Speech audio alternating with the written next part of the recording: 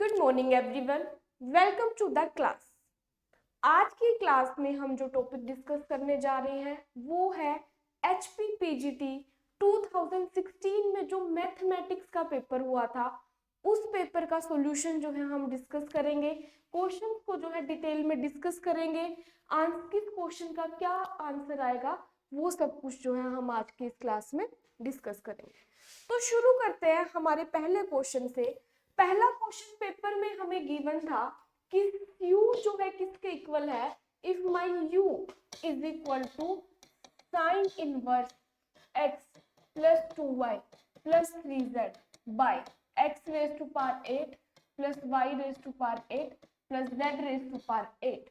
ठीक है, तो मुझे वैल्यू बतानी थी x curl u by curl x plus y into curl u by curl y plus z into curl u by curl.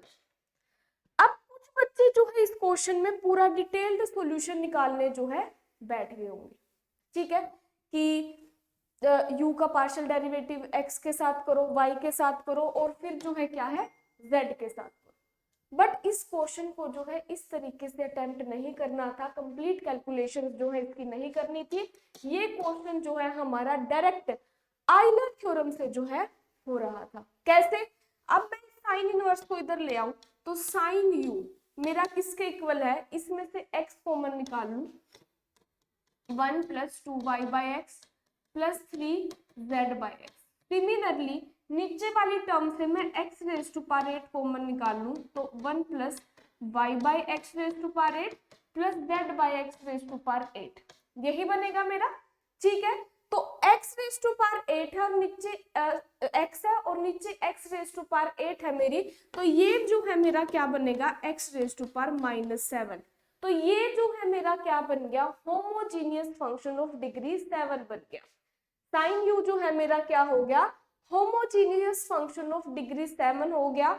और अगर मेरा कोई भी फंक्शन होमोजीनियस है विद सम डिग्री n, कोई भी फंक्शन f है, तो उसके लिए रिजल्ट होल्ड करता है x curl f by curl x plus y curl f by curl y plus z curl f by curl z जो है मेरा किसके इक्वल होता है, nf के equal.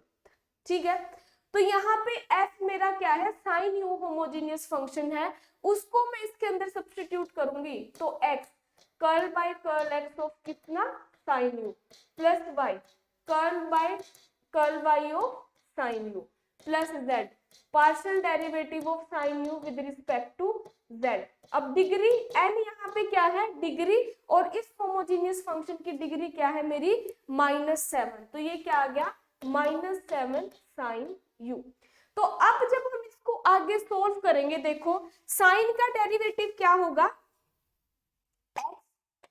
cos u curl u by curl x plus y, फिर आगे भी साइन है उसका डेरिवेटिव भी cos u curl u by curl y plus z cos u curl u by curl y is equal to -7 sine u।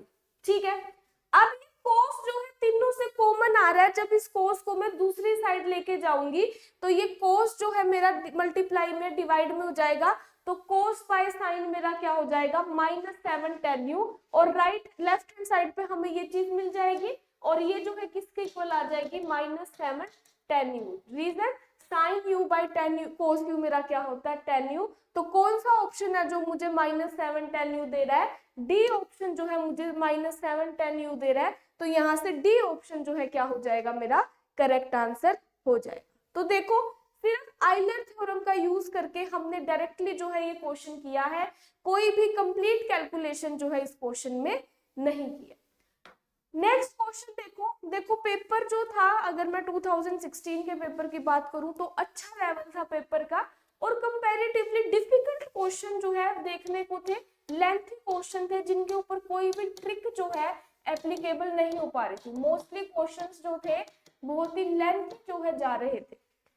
अब next question है, मुझे u जो है फंक्शन गिवन है किसका, f of 2x - 3y 3y - 4z and 4z - 2x, और मुझे value बतानी है 1/2 curl u by curl x plus 1/3 curl u by curl y plus 1/4 curl u by curl z की जो है वैल्यू बतानी है।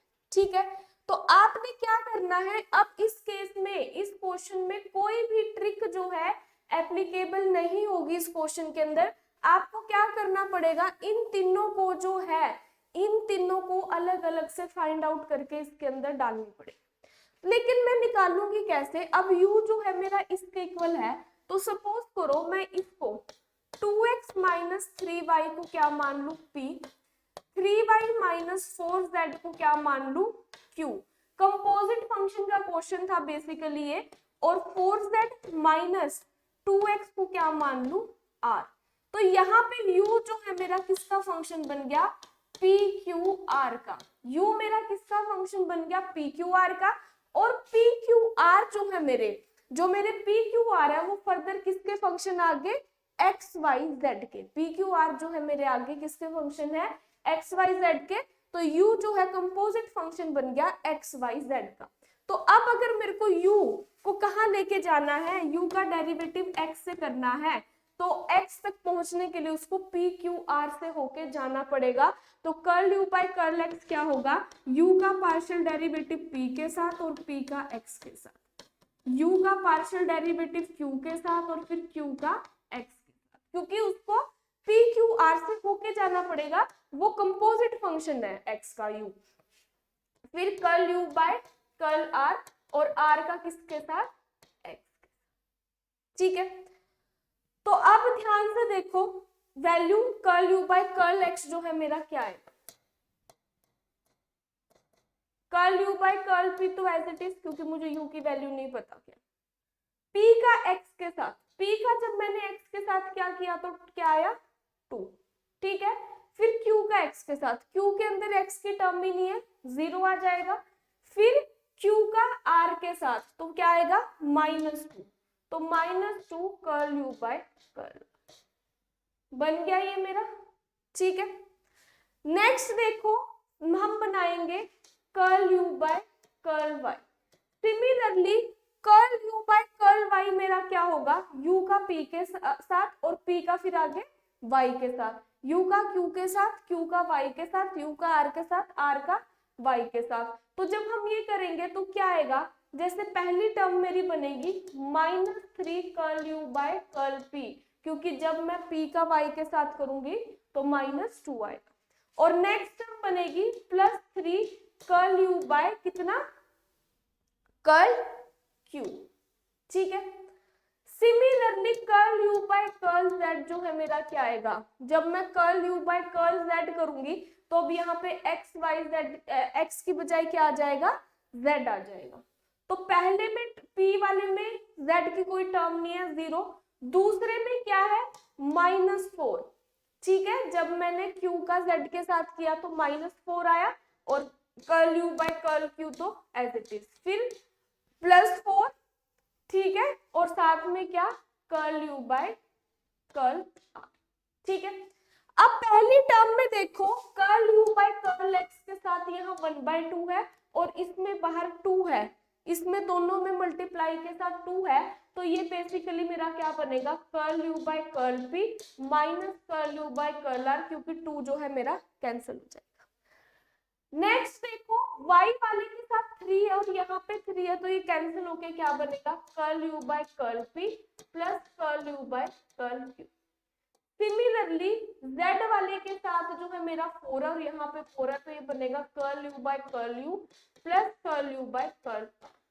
तो plus minus cancel, plus minus cancel, plus minus cancel, सब कुछ कैंसिल होके अल्टीमेटली जो है मेरा क्या बन जाएगा, 0 बन जाएगा। तो कौन सा ऑप्शन है जो मुझे 0 दे रहा है यहाँ पे, डी ऑप्शन जो है मुझे 0 दे रहा है यहाँ पे, तो डी ऑप्शन जो है मेरा क्या हो जाएगा, करेक्ट आंसर हो जाएगा।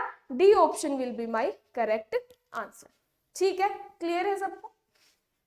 नेक्स्ट क्वेश्चन है, द रेडियस ऑफ कर्वेचर। अब मेरे को पॉइंट गिवन है क्या, मेरे को पॉइंट गिवन है 3a/2, 3a/2, ठीक है। ये क्वेश्चन था कंपैरेटिवली इजी था, थोड़ी सी कैलकुलेशन थी इसके अंदर।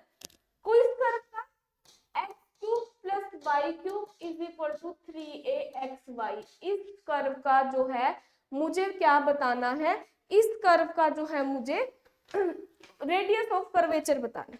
अब रेडियस ऑफ कर्वेचर सबको पता है, रेडियस ऑफ कर्वेचर को मैं रो इस सिंबल से जो है क्या करती हूँ, डोनेट करती हूँ। देखो इसकी कैलकुलेशंस जो है मैंने की हुई है क्वेश्चन की पहले।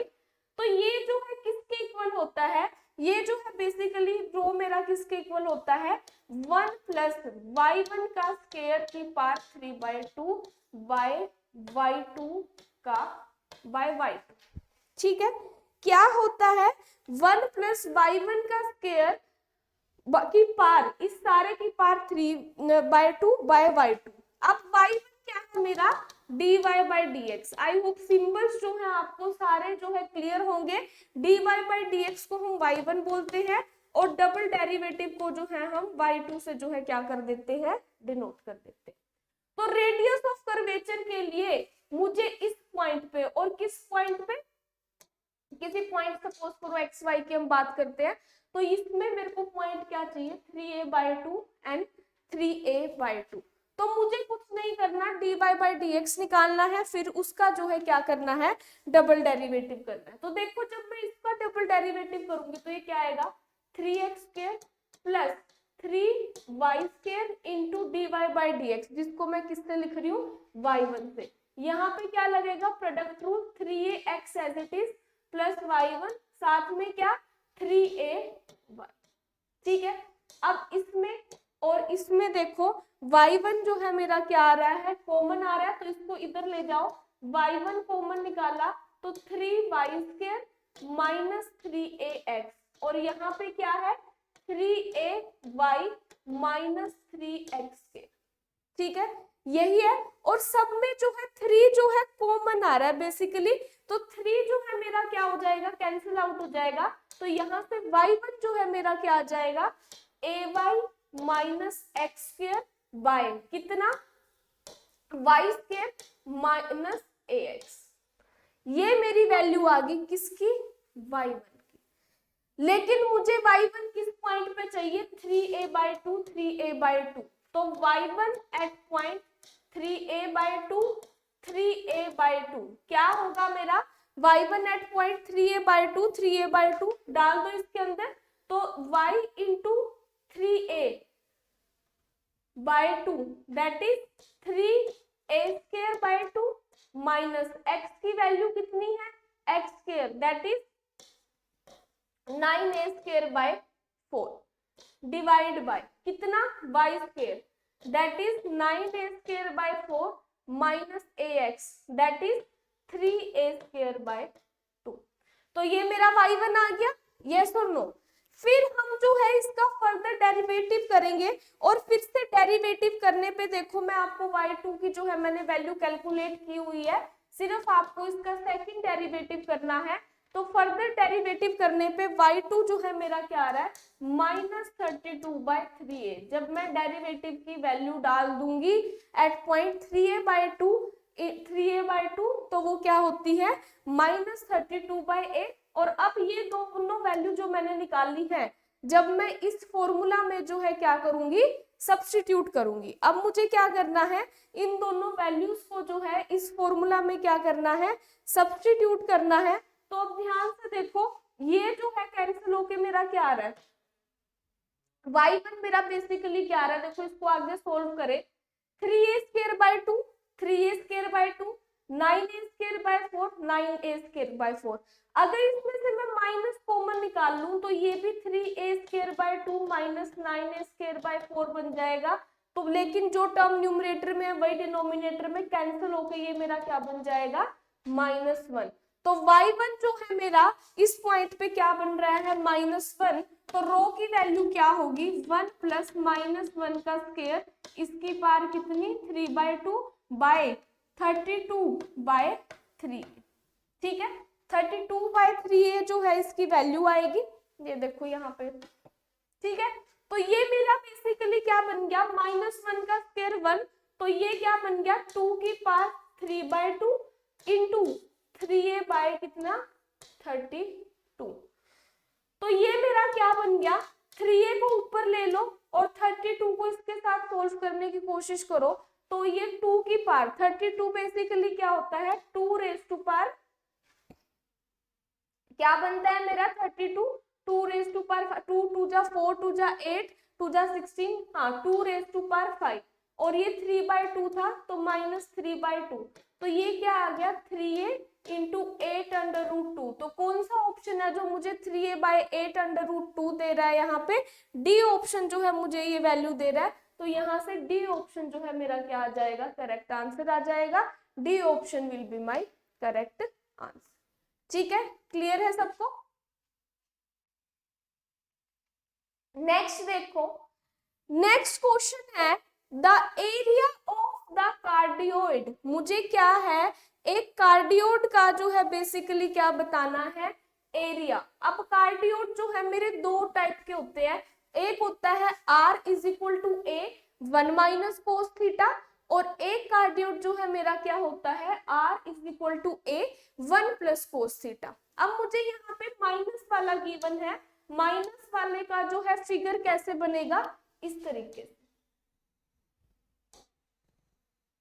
ठीक है, कुछ इस तरीके की शक्ल दिखती है मेरे कार्डियोइड की, और जितना एरिया ऊपर होता है उतना ही एरिया जो है इसका नीचे होता है। ठीक है, तो अगर मैं ऊपर वाले का एरिया निकाल दूं, और ये वेरी कहां से कहां तक करता है, फ्रॉम 0 टू पाई, जो मेरा कार्डियोइड है वो कहां से कहां तक वेरी करता है, 0 टू पाई। तो अगर मुझे इस कार्डियोइड का जो है क्या निकालना है, एरिया निकालना है, I have to find the area of this cardioid. तो एक बात बताओ, मैं ऊपर वाले का निकाल चुकी हूँ, अगर मैं एक निकाल दूं ऊपर वाले का तो उसका 2 टाइम्स कर दूं तो मुझे नीचे वाले का एरिया भी मिल जाएगा।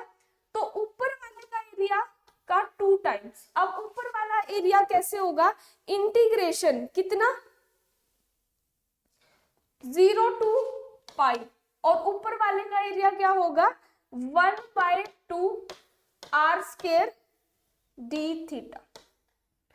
कार्डियोइड जो है आप सबने पढ़ा होगा, तो ये जो है एक फ्लिप का मतलब एक पार्ट का जो है इस तरीके से जो है हम क्या निकालते हैं, एरिया निकालते हैं।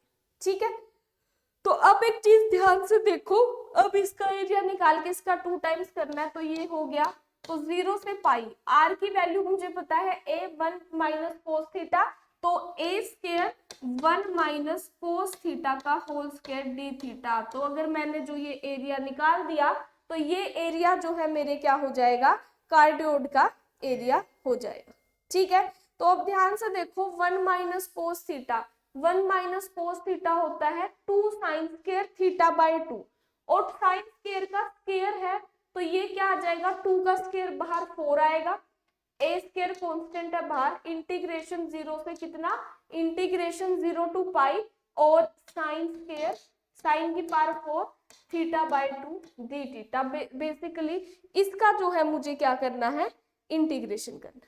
ठीक है, तो इसका जब हम इंटीग्रेशन करेंगे तो इसका इंटीग्रेशन जो है क्या आएगा, 0 टू पाई है, अगर मैं क्या करूं, लिमिट जो है क्या कर दूं, हाफ कर दूं, तो ये एरिया किसके इक्वल हो सकता है, इंटीग्रेशन की प्रॉपर्टीज का जो है हम क्या करेंगे, यूज करेंगे। ये होएगा 2 times of integration 0 to pi by 2 integration of sine की पावर 40 dt। मैंने बेसिकली क्या किया है, मैंने कुछ नहीं किया, सब्स्टिट्यूशन किया है इसके अंदर, मैंने थीटा बाई 2 को क्या मान लिया, टी मान लिया, तो यहाँ से डी थीटा किसके इक्वल आ गया, 2dt के। तो मैंने साइन 40 और यहाँ पे ये 2 इसका बाहर आ गया, और लिमिट जो है चेंज हो गई, तो जब थीटा 0 था तो टी भी 0 और थीटा पाई है, तो टी जो है मेरा कितना बन रहा है, पाई बाय 2। तो यहाँ से मेरी लिमिट्स ऑफ इंटीग्रेशन भी जो है क्या है, चेंज हो गई। तो अब इसको सोल्व करो, ये क्या हो गया, 8a square integration 0 to pi by 4 sine 40 dt। Sine 40 का इंटीग्रेशन करेंगे हम, तो इसको सोल्व करके जो है हमारे पास क्या आएगा, इसको सोल्व करके जो है हमारे पास आएगा 3 पाई a स्क्वायर बाय 2। तो यहाँ से A option 3 pi a square by 2, A option जो है हमारा क्या हो जाएगा, करेक्ट आंसर हो जाएगा। A option will be my correct answer. ठीक है, नेक्स्ट क्वेश्चन पे चलते हैं, moving on to our next question. Next question में जो है मुझे बोला गया है कि area of the plane region bounded by the parabola. Parabola कौन सा गिवन है मुझे, y square is equal to 4ax, ये वाला पैराबोला गिवन है और लेटस रेक्टम। तो कितना एरिया बाउंडेड है, ये इतना एरिया जो है बाउंडेड, ठीक है। अब ये जो है इतना एरिया जो है किसके इक्वल है, ये इतना एरिया जो है बेसिकली मेरा किसके इक्वल है, इतना एरिया जो है मैं निकालू अगर फर्स्ट क्वाड्रेंट का, उसका 2 टाइम्स। अब ये इतना एरिया कितना होगा, मुझे पता है पैराबोला का फोकस होता है a0 और लेटेस्ट रेक्टम की लेंथ होती है 4a, तो ये पॉइंट मेरे बनते हैं a2a और a-2। तो ये जो है x एक्सिस के अलोंग कहां से कहां तक वेरी कर रहा है, 0 to a। तो अगर मैं इसका एरिया अपर वाले का निकाल दूं तो मेरे पास लोअर वाले का आ जाएगा। तो देखो 0 to a मैंने क्या किया है, dx के रिस्पेक्ट y की वैल्यू क्या है, √4ax, ये इंटीग्रेशन जो है मुझे क्या देगा, एरिया। तो इस इंटीग्रेशन को कर लेते हैं, देखो क्या आएगी ये इंटीग्रेशन, 2 √4 मेरा क्या होगा, √4 मेरा जो है 2 होगा, तो 2 एक ऑलरेडी बाहर था, एक और आ गया, तो 0 to 4a और √a भी जो है मेरा क्या आ जाएगा, बाहर आ जाएगा, वो कांस्टेंट है, तो अंदर बचेगा x की पावर 1/2 dx। तो इंटीग्रेशन किया तो ये मेरा क्या बना, x की पावर 1/2 + 1 दैट इज 3/2/3/2, ठीक है। और लिमिट कहां से कहां तक, फ्रॉम 0 to a। तो ये जो है मेरा क्या बना, 3/2 ऊपर गया तो 8/3 और √a जब लिमिट डाली तो a की पावर 3/2, 0 वाली टर्म तो 0 हो जाएगी, तो √a है a की पावर 1/2 + 3/2 that is 4/2 which is equal to a square. तो 8/3 a स्क्वायर जो है इसका आंसर आ गया। तो कौन सा ऑप्शन है जो मुझे इसका आंसर दे रहा है यहाँ पे, डी ऑप्शन जो है मुझे इसका आंसर दे रहा है यहाँ पे। तो डी ऑप्शन जो है मेरा क्या हो जाएगा, करेक्ट आंसर हो जाएगा। D option will be my correct answer, ठीक है, क्लियर है सबको। नेक्स्ट देखो, नेक्स्ट क्वेश्चन है the semi vertical angle of a cone. एक कोन के सेमी वर्टिकल एंगल की बात की गई है। हम एक कोन की बात कर रहे हैं, इस टाइप की शक्ल दिखती है कुछ कोन की, उसकी जो मैक्सिमम वॉल्यूम है end of given slant height, और स्लैंट हाइट जो है उसकी गिवन है। तो मुझे सेमी वर्टिकल एंगल जो है बताना है कि क्या होगा, what will be the semi vertical angle. तो अब एक चीज ध्यान रखो कि जो मेरी कोन होती है उसकी स्लैंट हाइट को जो है मैं किससे डिनोट करती हूँ, उसकी स्लैंट हाइट को L से डिनोट करती हूँ। और मुझे पता है स्लैंट हाइट किसके इक्वल होती है, L square plus H square के जो है मेरी स्लैंट हाइट इक्वल होती है, ठीक है। अब ये जो है मुझे क्या है, गिवन है, ठीक है। और वॉल्यूम जो है मैक्सिमम है, तो वॉल्यूम जो है मेरी क्या होगी, मेरे कोन की वॉल्यूम होती है π/3 r²h, यही होती है मेरी उसकी वॉल्यूम, ठीक है। तो अब मुझे जो है स्लैंट हाइट गिवन है, तो 1/3 r² की वैल्यू में डाल देती हूँ, L² - H², ठीक है। अब ये वॉल्यूम जो है मुझे मैक्सिमम गिवन है, तो मैं मेरी कोन की मैक्सिमम कितनी हाइट लूं, तो मैं पहले तो जो है मैक्सिमम वैल्यू ही जो है क्या है फाइंड आउट कर लेती हूँ। तो देखो ये मेरी कोन की वॉल्यूम है, तो यहाँ से dV/dH जो है मेरा क्या आ जाएगा, π/3 तो कांस्टेंट है, L² माइनस π/3 तो कांस्टेंट है, ये h³ का क्या होगा, h³ का होगा इंटू 3h²। तो ये जो है मेरा कैंसिल। क्रिटिकल पॉइंट्स निकालने के लिए हम क्या करते हैं, इसको 0 के इक्वल जो है क्या कर देते हैं, सब्स्टिट्यूट कर देते हैं। तो मेरे पास क्या आया, L/3 माइनस h² और पाई जो है यहाँ पे कॉमन इज इक्वल टू 0। ये तो 0 हो नहीं सकता, पाई तो मुझे पता है क्या होता है 22/7 या 3.14, जो भी आप जैसे भी बोलना चाहते हो, वो तो जो है क्या हो जाएगी, मेरे पाई की वैल्यू हो जाएगी। तो यहाँ पे मेरे पास और क्या बचा, तो यहाँ से L²/3 is equal to h² आ गया, तो L/√3 किसके इक्वल आ गया, h के। तो यहां से अगर मैं क्या करूं 1/√3 इज इक्वल टू h/l, ये आ गया। और h/l किसी भी कोण की हाइट बाय उसकी स्लैंट हाइट हमेशा क्या बनेगी, वो जो है उसका सेमी वर्टिकल एंगल बनेगी which is equal to cos of theta. यही तो मुझे निकालना था। तो ये तो आया 1/√3, बट हमें किसकी फॉर्म में चाहिए, हमें चाहिए हमारे चारों के चारों ऑप्शंस जो है किसकी फॉर्म में है, टेंजेंट की फॉर्म में है। तो हमें हमारा आंसर जो है किसकी फॉर्म में चाहिए, टेंजेंट की फॉर्म में चाहिए। तो वो जो है मेरा किसके इक्वल आएगा, टेन थीटा मुझे पता है किसके इक्वल होता है, sine theta by cos theta. ये जो है आपको अपनी ऑब्जर्वेशंस जो है खुद करनी पड़ेंगी, अपनी ऑब्जर्वेशंस जो है स्ट्रॉन्ग बनानी पड़ेंगी। तो साइन थीटा को मैं लिख सकती हूँ 1 माइनस कोस के थीटा बाय कोस थीटा। तो वैल्यू डालूंगी तो √1 माइनस कोस के that is 1/3 by cos theta 1/√3। तो ये मेरा क्या बना, थीटा जो है मेरा बना, 10 को इधर ले आई, 10 इनवर्स, अंदर वाली चीजों को सोल्व करो, ये बनेगा 3 minus 1 that is √2 by √3 into √3। तो ये कैंसिल होके 10 इनवर्स √2 आ गया। कौन सा ऑप्शन है जो मुझे 10 इनवर्स √2 दे रहा है, यहाँ पे सी ऑप्शन जो है मुझे 10 इनवर्स √2 दे रहा है। तो यहाँ से सी ऑप्शन जो है मेरा क्या हो जाएगा, करेक्ट आंसर हो जाएगा। C option will be my correct answer. ठीक है, क्लियर है सबको। नेक्स्ट है the value of the integral. नेक्स्ट जो क्वेश्चन था हमारा किस चीज के ऊपर बेस्ड था, नेक्स्ट क्वेश्चन जो है हमारा इंटीग्रेशन के ऊपर जो है बेस्ड था। देखो नेक्स्ट क्वेश्चन में जो है क्या बोला गया था, अब मुझे इंटीग्रेशन करना था dx by x x raise to power n+1। अब इसको मल्टीप्लाई और डिवाइड कर दूं x minus x raise to power n-1 से, तो कोई फर्क पड़ेगा। तो ऊपर तो x की पावर n-1 आ गया, नीचे जो है x की पावर n-1 + 1 दैट इज ये। ठीक है, अब क्या करूं, पुट कर दूं x की पावर n को कितना t, तो x raise to power n-1 dx जो है किसके इक्वल आ गया dt, और यहां से x raise to power n-1 dx किसके इक्वल आ गया dt बाय n।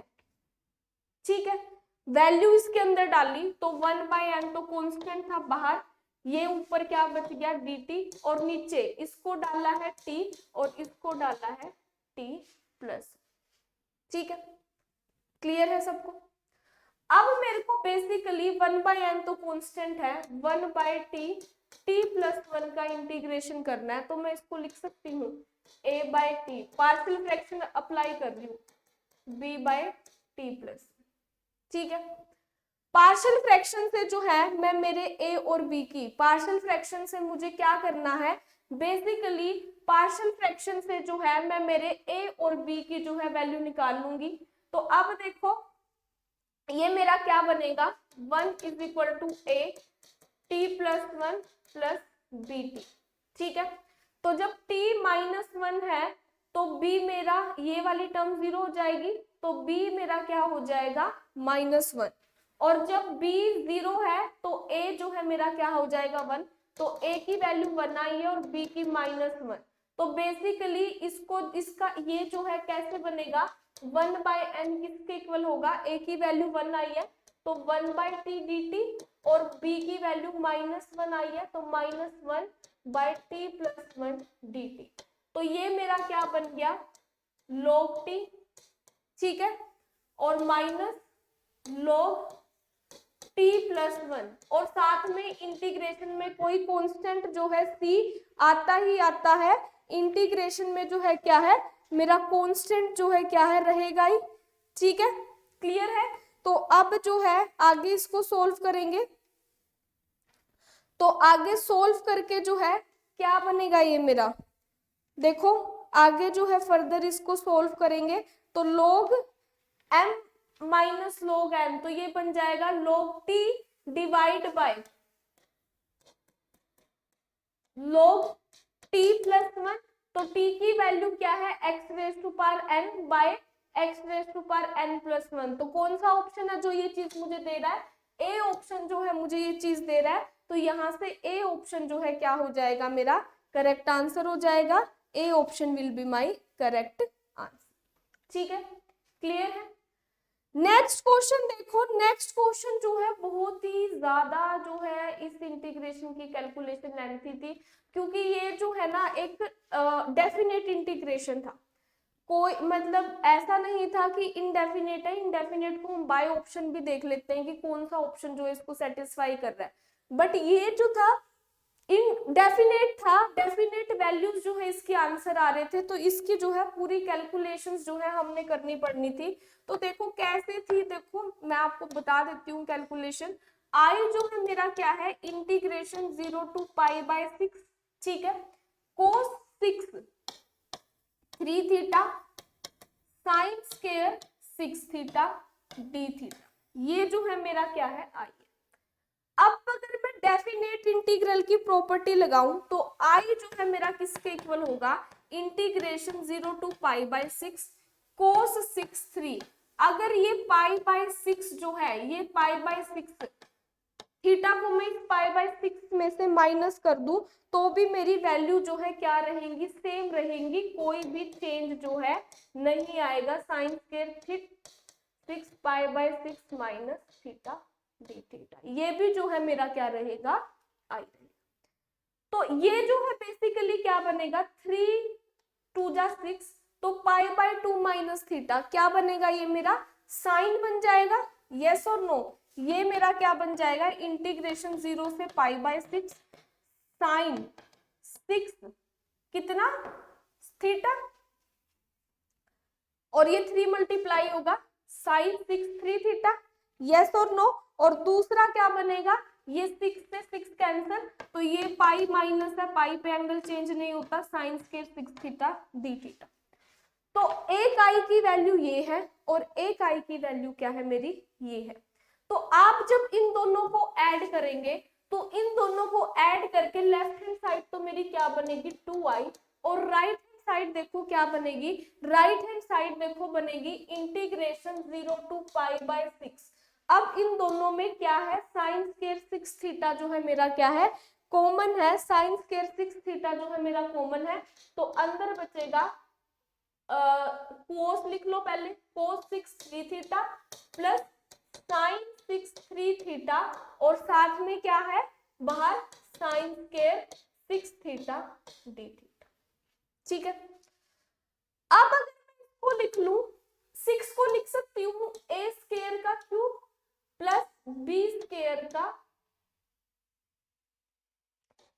या 6 थीटा ही रहने दो सॉरी, ठीक है। अब इसको मैं ऐसे लिख सकती हूँ cos cube 3 theta plus sine cube cos 3 theta plus sine 3 theta का होल का क्यूब।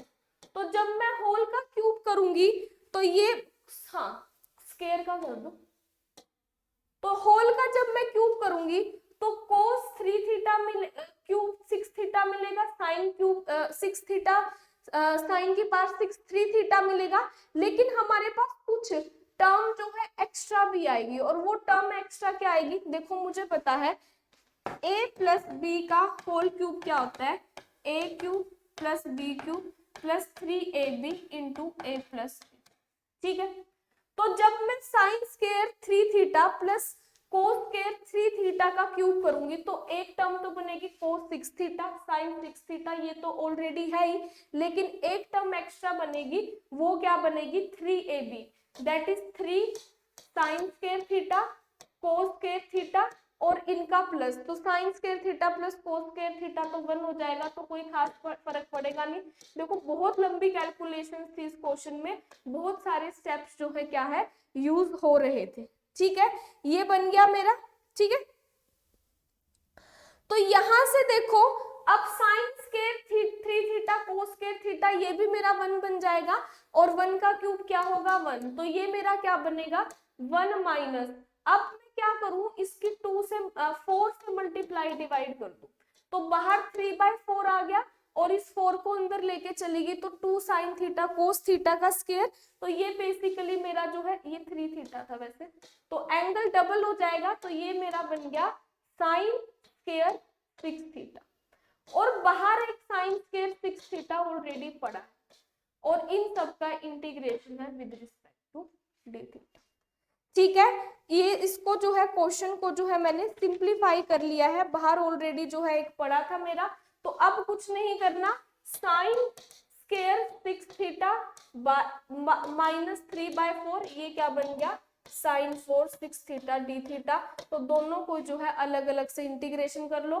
साइन स्क्वायर 6 थीटा को लिख सकती हूँ मैं -1 माइनस कोस 12 थीटा बाय 2, ठीक है, -3/4, इसका भी स्क्वायर 1 माइनस कोस 12 का खोल लो, तो जब पूरा सोल्व करोगे तो पूरा सोल्व करके जो है आपका जो आंसर आएगा 5π/384, बी ऑप्शन जो है इसका आंसर आएगा 5π/384, बी ऑप्शन जो है इसका आंसर बन जाए।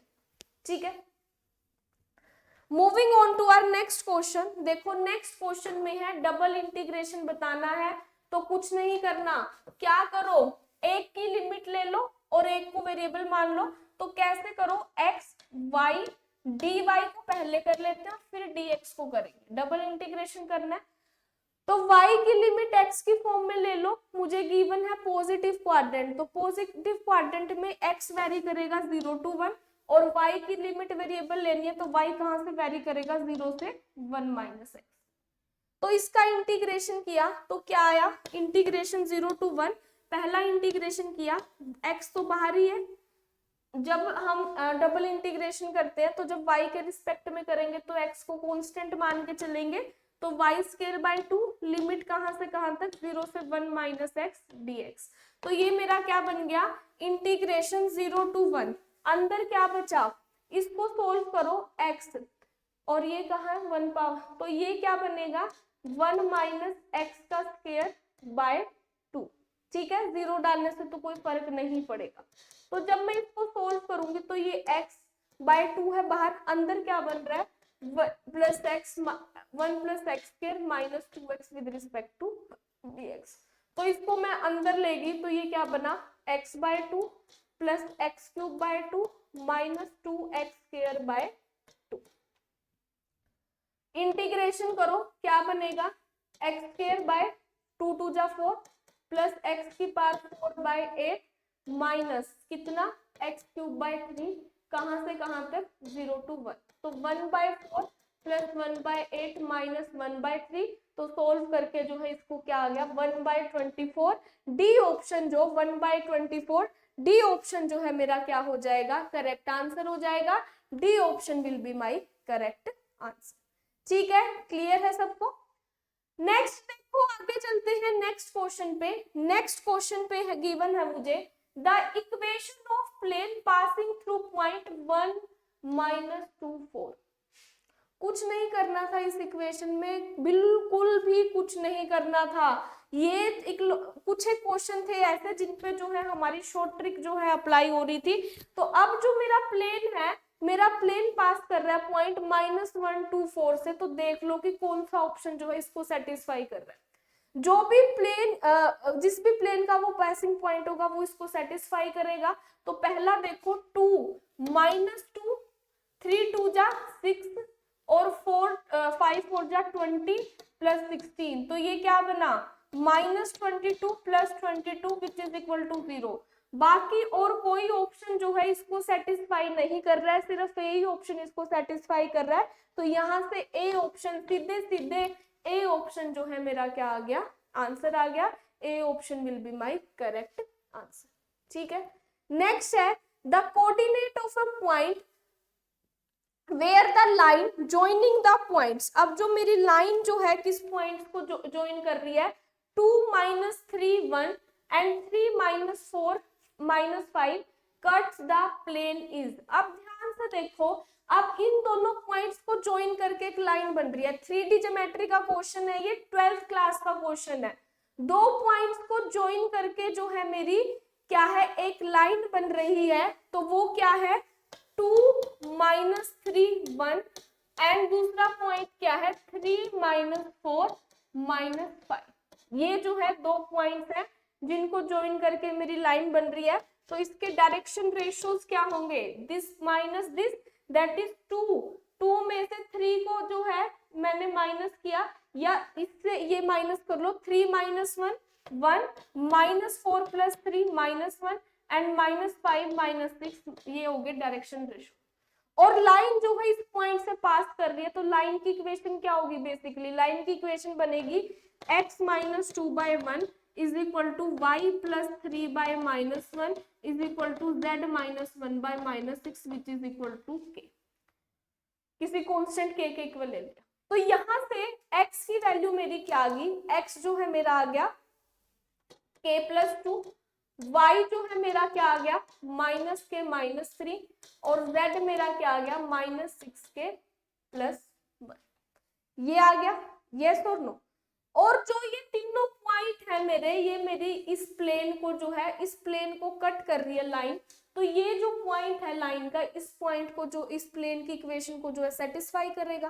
तो इसमें वैल्यू डालो, तो 2 into k plus 2 plus y है, तो -k -3 और plus z, that is -6k plus 1 is equal to 7। तो इसको जो है सोल्व करके मेरे जो है k की वैल्यू, इसको जो है सोल्व करके मेरे k की वैल्यू आ गई कितनी, -1। इसको सोल्व करके मेरे k की वैल्यू आ गई -1। तो मेरे पॉइंट क्या बनेंगे, इसमें डाल दो -+2 विच इज इक्वल टू 1, -1 -3 -2 और लास्ट क्या बनेगा -6k, that is 6 + 1 which is equal to 7। तो 1 - 2 7, कौन सा ऑप्शन है जो मुझे 1 - 2 7 दे रहा है, यहाँ पे ए ऑप्शन जो है मुझे 1 - 2 7 दे रहा है। तो यहाँ से ए ऑप्शन जो है मेरा क्या हो जाएगा, करेक्ट आंसर हो जाएगा। A option will be my correct answer. ठीक है, क्लियर है। नेक्स्ट क्वेश्चन था, the volume of a tetrahedron whose vertices are A12 301 436 and 232। अब ध्यान से देखो, इनको जो है basically A B C D 4 vector बना लो। तो A vector, B vector, C vector and D vector, ऐसे ए बी सी डी पे जो है मेरे 4 वर्टिसेस हैं। तो A B C D vector बनाऊंगी, तो देखो ये मेरा है A i cap plus j cap plus, एक मिनट,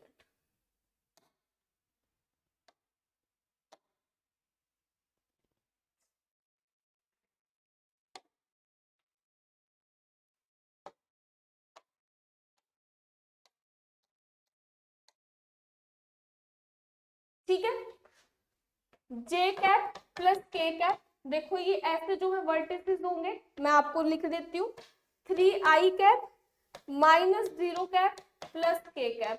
सी क्या है मेरा 4i cap plus 3j cap plus 6k cap. इन जो है वर्टिसेस को लेके जो है मैंने क्या बनाए हैं, सिर्फ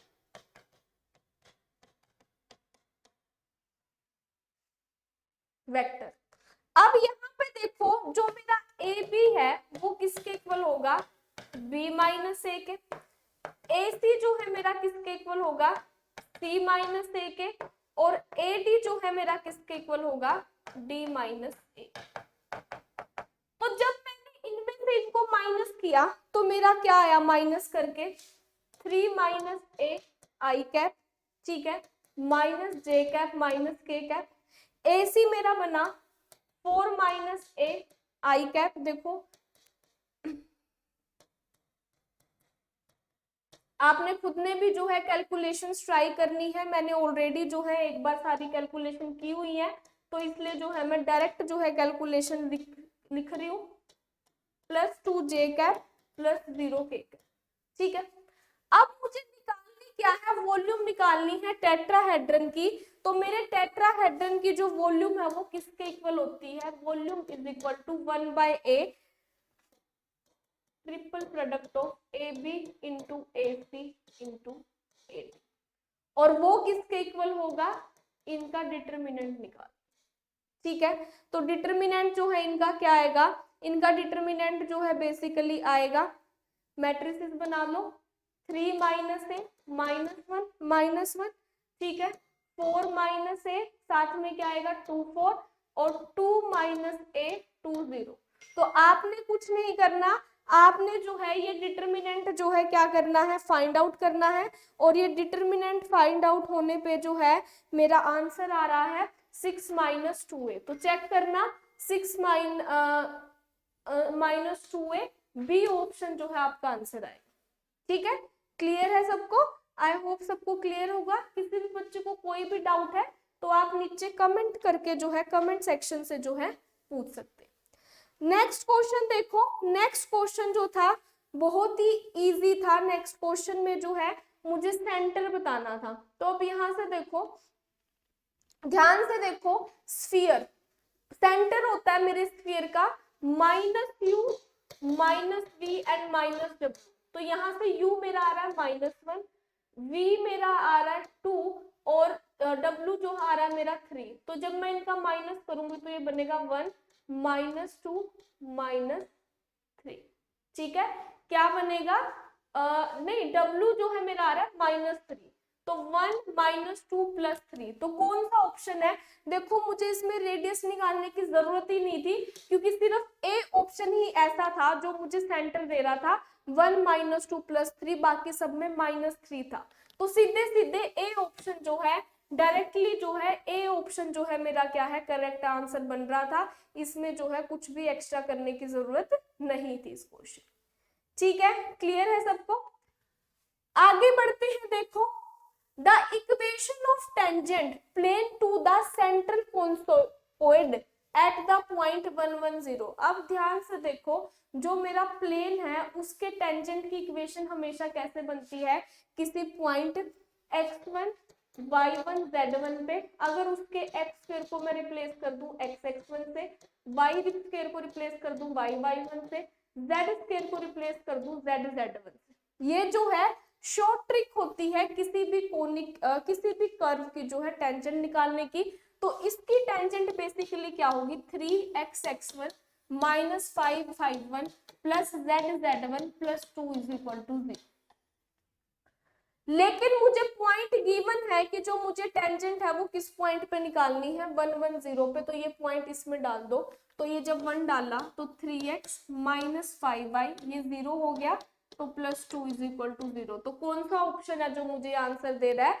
बी ऑप्शन जो है मुझे ये आंसर दे रहा है। तो यहाँ से बी ऑप्शन, यहाँ से बी ऑप्शन जो है मेरा क्या हो जाएगा? करेक्ट आंसर हो जाएगा। B option will be my correct answer. ठीक है, आई होप सबको क्लियर होगा ये। नेक्स्ट देखो, the inverse Laplace of the function. अब ये जो क्वेश्चन था ये कन्वोल्यूशन थ्योरम की हेल्प से करना था। मुझे बेसिकली क्या बतानी थी? इनवर्स लाप्लास किसकी? s/s² + a² का स्क्वायर। तो मैं लिख सकती थी इनवर्स लाप्लास बतानी है s² / a² into 1/s² + a², इस स्क्वायर को लग करके। तो ये जो है मेरा फंक्शन बन गया f और ये जो है मेरा फंक्शन बन गया g। एफ जी जो है मेरे क्या बन गए? दो फंक्शन बन गए। ठीक है, तो अब मुझे पता है, देखो Laplace inverse of s/s² + a², इसकी जो इनवर्स लाप्लास है ये किसकी होती है? cos at की। ये किसकी इनवर्स होती है? cos at की, जिसको मैं बेसिकली क्या बोल सकती हूँ? f(t). ये जो है मेरा क्या आता है? ये जो है लाप्लास पूरी, इसको जो है मैं फंक्शन ऑफ t बोलती हूँ। और ये जो है L inverse of 1/s² + a², ये किसकी इनवर्स लाप्लास थी? ये थी मेरी basically sin at/a which is equal to g of. इसको मैं क्या नाम देती हूँ? g of t। अब कन्वोल्यूशन थ्योरम मुझे क्या बोलती है? By convolution theorem. अब मैं आपके साथ किसकी बात कर रही हूँ? कन्वोल्यूशन थ्योरम की जो है बात कर रही हूँ। तो देखो कन्वोल्यूशन थ्योरम जो है मुझे क्या कहती है? कन्वोल्यूशन थ्योरम मुझे कहती है कि L इनवर्स, अब L इनवर्स किसकी निकालनी है मुझे? s/s² एस स्क्वायर प्लस ए स्क्वायर का स्क्वायर, वो जो है किसके इक्वल होती है, इंटीग्रेशन कहां से कहां तक, integration 0 to T F of T minus U into G of U D.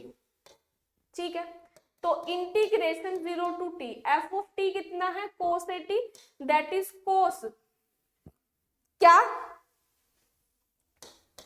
A T minus A U, और जी ऑफ यू कितना है मेरा, sine A U by U with respect to D U. तो ये जो integration आएगा ये जो है मेरी इनवर्स लाप्लास ट्रांसफॉर्म होगी। तो देखो यहाँ पे जो है साइन और कोस, ये अगर मैं 2 से मल्टीप्लाई डिवाइड कर दूं तो ये मेरा क्या बन जाएगा, 2 of sine A cos B का फॉर्मूला लगा के साइन और कोस की फॉर्म में जो है निकल जाएगा, और इसका जो इंटीग्रेशन है, इंटीग्रेशन करके मेरे को मिलेगा T A T by 2a, ये वैल्यू ए ऑप्शन जो है मेरा क्या आ जाएगा, आंसर आ जाएगा। इंटीग्रेशन करके जो है ये मेरा आंसर है। ठीक है, क्लियर है सबको। आगे बढ़ते हैं नेक्स्ट क्वेश्चन पे। अब मुझे बतानी थी इनवर्स जेड ट्रांसफॉर्म। मुझे बेसिकली क्या बतानी थी, नेक्स्ट क्वेश्चन में I have to tell the inverse Z transform किसकी। सपोज करो ये कोई फंक्शन है u बार z, ये क्या है z by z plus 2 and z, ठीक है, ये गिवन है। अब इस z बाय z प्लस 2 को मैं कैसे लिख सकती हूँ, अब ध्यान से देखो 1 बाय z प्लस 2 और z प्लस 3 को पार्शियल फ्रैक्शन में ब्रेक करो तो ये किसके इक्वल होगा, a by z plus 2 plus b by z plus, यही होगा। पहले तो इसको ब्रेक कर दो, इनवर्स जेड ट्रांसफॉर्म तो इजीली निकल जाएगी।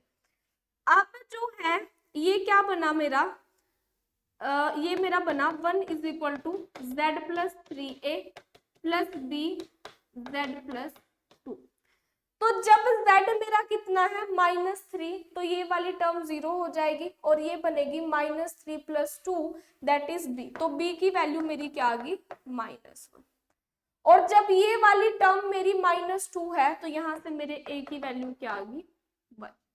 तो ये जो u बार z है, ये u बार z जो है मेरा किसके इक्वल है, z इंटू a, 1 की वैल्यू, z बाय a की वैल्यू 1 है तो z plus 2 minus z by z plus. अब मुझे, और इसको मैं क्या लिख सकती हूँ, z by z minus of -2 minus z by z minus of -3, ऐसे लिख सकती हूँ। अब मुझे इसकी जो है क्या लेनी है, इनवर्स जेड ट्रांसफॉर्म लेनी है। मुझे क्या करना है, मुझे जो ये मेरा गिवन फंक्शन है इस फंक्शन की जो है इनवर्स जेड ट्रांसफॉर्म लेनी है। तो जब मैं दोनों तरफ जेड इनवर्स ट्रांसफॉर्म लूंगी तो अब ध्यान से देखो वो क्या आएगी, इस टाइप के फंक्शन की जो जेड ट्रांसफॉर्म होती है, z माइनस ए टाइप का फंक्शन की ट्रांसफॉर्म होती है a raise to power n। तो ये मेरा क्या है, a -2 है तो -2 raise to power n minus of -3 raise to power n, ये जो है मेरी z ट्रांसफॉर्म बन जाएगी। डायरेक्ट जो है इनवर्स z ट्रांसफॉर्म का मैंने फॉर्मूला यूज किया है तो यहाँ से बी ऑप्शन जो है मेरा क्या आ जाएगा, करेक्ट आंसर आ जाएगा। B option will be my correct answer. ठीक है, moving on to our next question. अब मुझे बताना था कि ये फंक्शन इंक्रीजिंग या डिक्रीजिंग, जो मेरा गिवन फंक्शन है वो इंक्रीजिंग या डिक्रीजिंग किस इंटरवल पे होगा। बेसिकली जो है हमने जो है किस चीज की बात करनी थी, हमने जो है इंटरवल की बात करनी थी कि किस इंटरवल में जो है ये मेरा गिवन फंक्शन इंक्रीजिंग या डिक्रीजिंग होगा। ठीक है, तो अब देखो हम बात करते हैं इंक्रीजिंग या डिक्रीजिंग की। तो क्रिटिकल पॉइंट्स निकालते हैं हम। तो पहले एफ डैश एक्स कितना होगा मेरा, sine x, F dash x होगा साइन का डेरिवेटिव कोस एक्स और कोस का डेरिवेटिव माइनस साइन एक्स। तो जिस पे ये डेरिवेटिव 0 होगा वो पॉइंट्स जो है मेरे क्या बनते हैं, क्रिटिकल पॉइंट्स बनते हैं। तो इंक्रीजिंग या डिक्रीजिंग इन्हीं पॉइंट्स पे कहीं पे होगा। तो cos x is equal to sine x, इसको 0 को इक्वल किया तो cos x is equal to cos pi by 2 minus x, ऐसे लिख सकती हूँ। साइन को cos pi by 2 minus x लिख सकती हूँ। तो यहाँ से x मेरा क्या आ गया, हर एक 360 पे वो होगा 2n pi plus minus pi by 2 minus x, ठीक है। तो यहाँ से जो है मेरा x क्या आ गया, यहाँ से अगर मैं कैलकुलेट करूं तो x इधर माइनस का था, उधर जाके प्लस का 2x हो गया, तो 2x आ गया 2n pi plus minus pi by 2, और यहाँ से x आ गया, ये 2 नीचे आ गया, तो n pi plus minus pi by 2, तो x कितना आ गया प्लस पाई बाय 4। तो एक बार तो n pi plus pi by 4 करो, तो एक बन गया मेरा पाई बाय 4, और एक जो है मेरा बन गया, जब प्लस किया तो pi plus pi by 4, pi minus pi by 4 and pi plus pi by 4, तो ये जो है, और मेरे को गिवन है 0 से 2 पाई तक की वैल्यू ले रही हूँ, तो ये जो है मेरा क्या बनेगा, पाई बाय 4 से पाई बाय 4 पे डिक्रीजिंग जो है बनेगा। तो यहाँ से डी ऑप्शन, क्या डी ऑप्शन जो है मेरा क्या आ जाएगा, करेक्ट आंसर आ जाएगा। D option will be my correct answer, ठीक है। नेक्स्ट है द मैक्सिमम वैल्यू ऑफ एक ट्राइंगल में cos A cos B cos C की, क्या है, एक ट्राइंगल में cos A cos B cos C की जो है मुझे क्या बतानी है, मैक्सिमम वैल्यू बतानी है in a plane triangle ABC। अब cos A cos B C कब मैक्सिमम होता है किसी भी ट्राइंगल में, जब ये एंगल जो है मेरा क्या हो 60 डिग्री, ठीक है।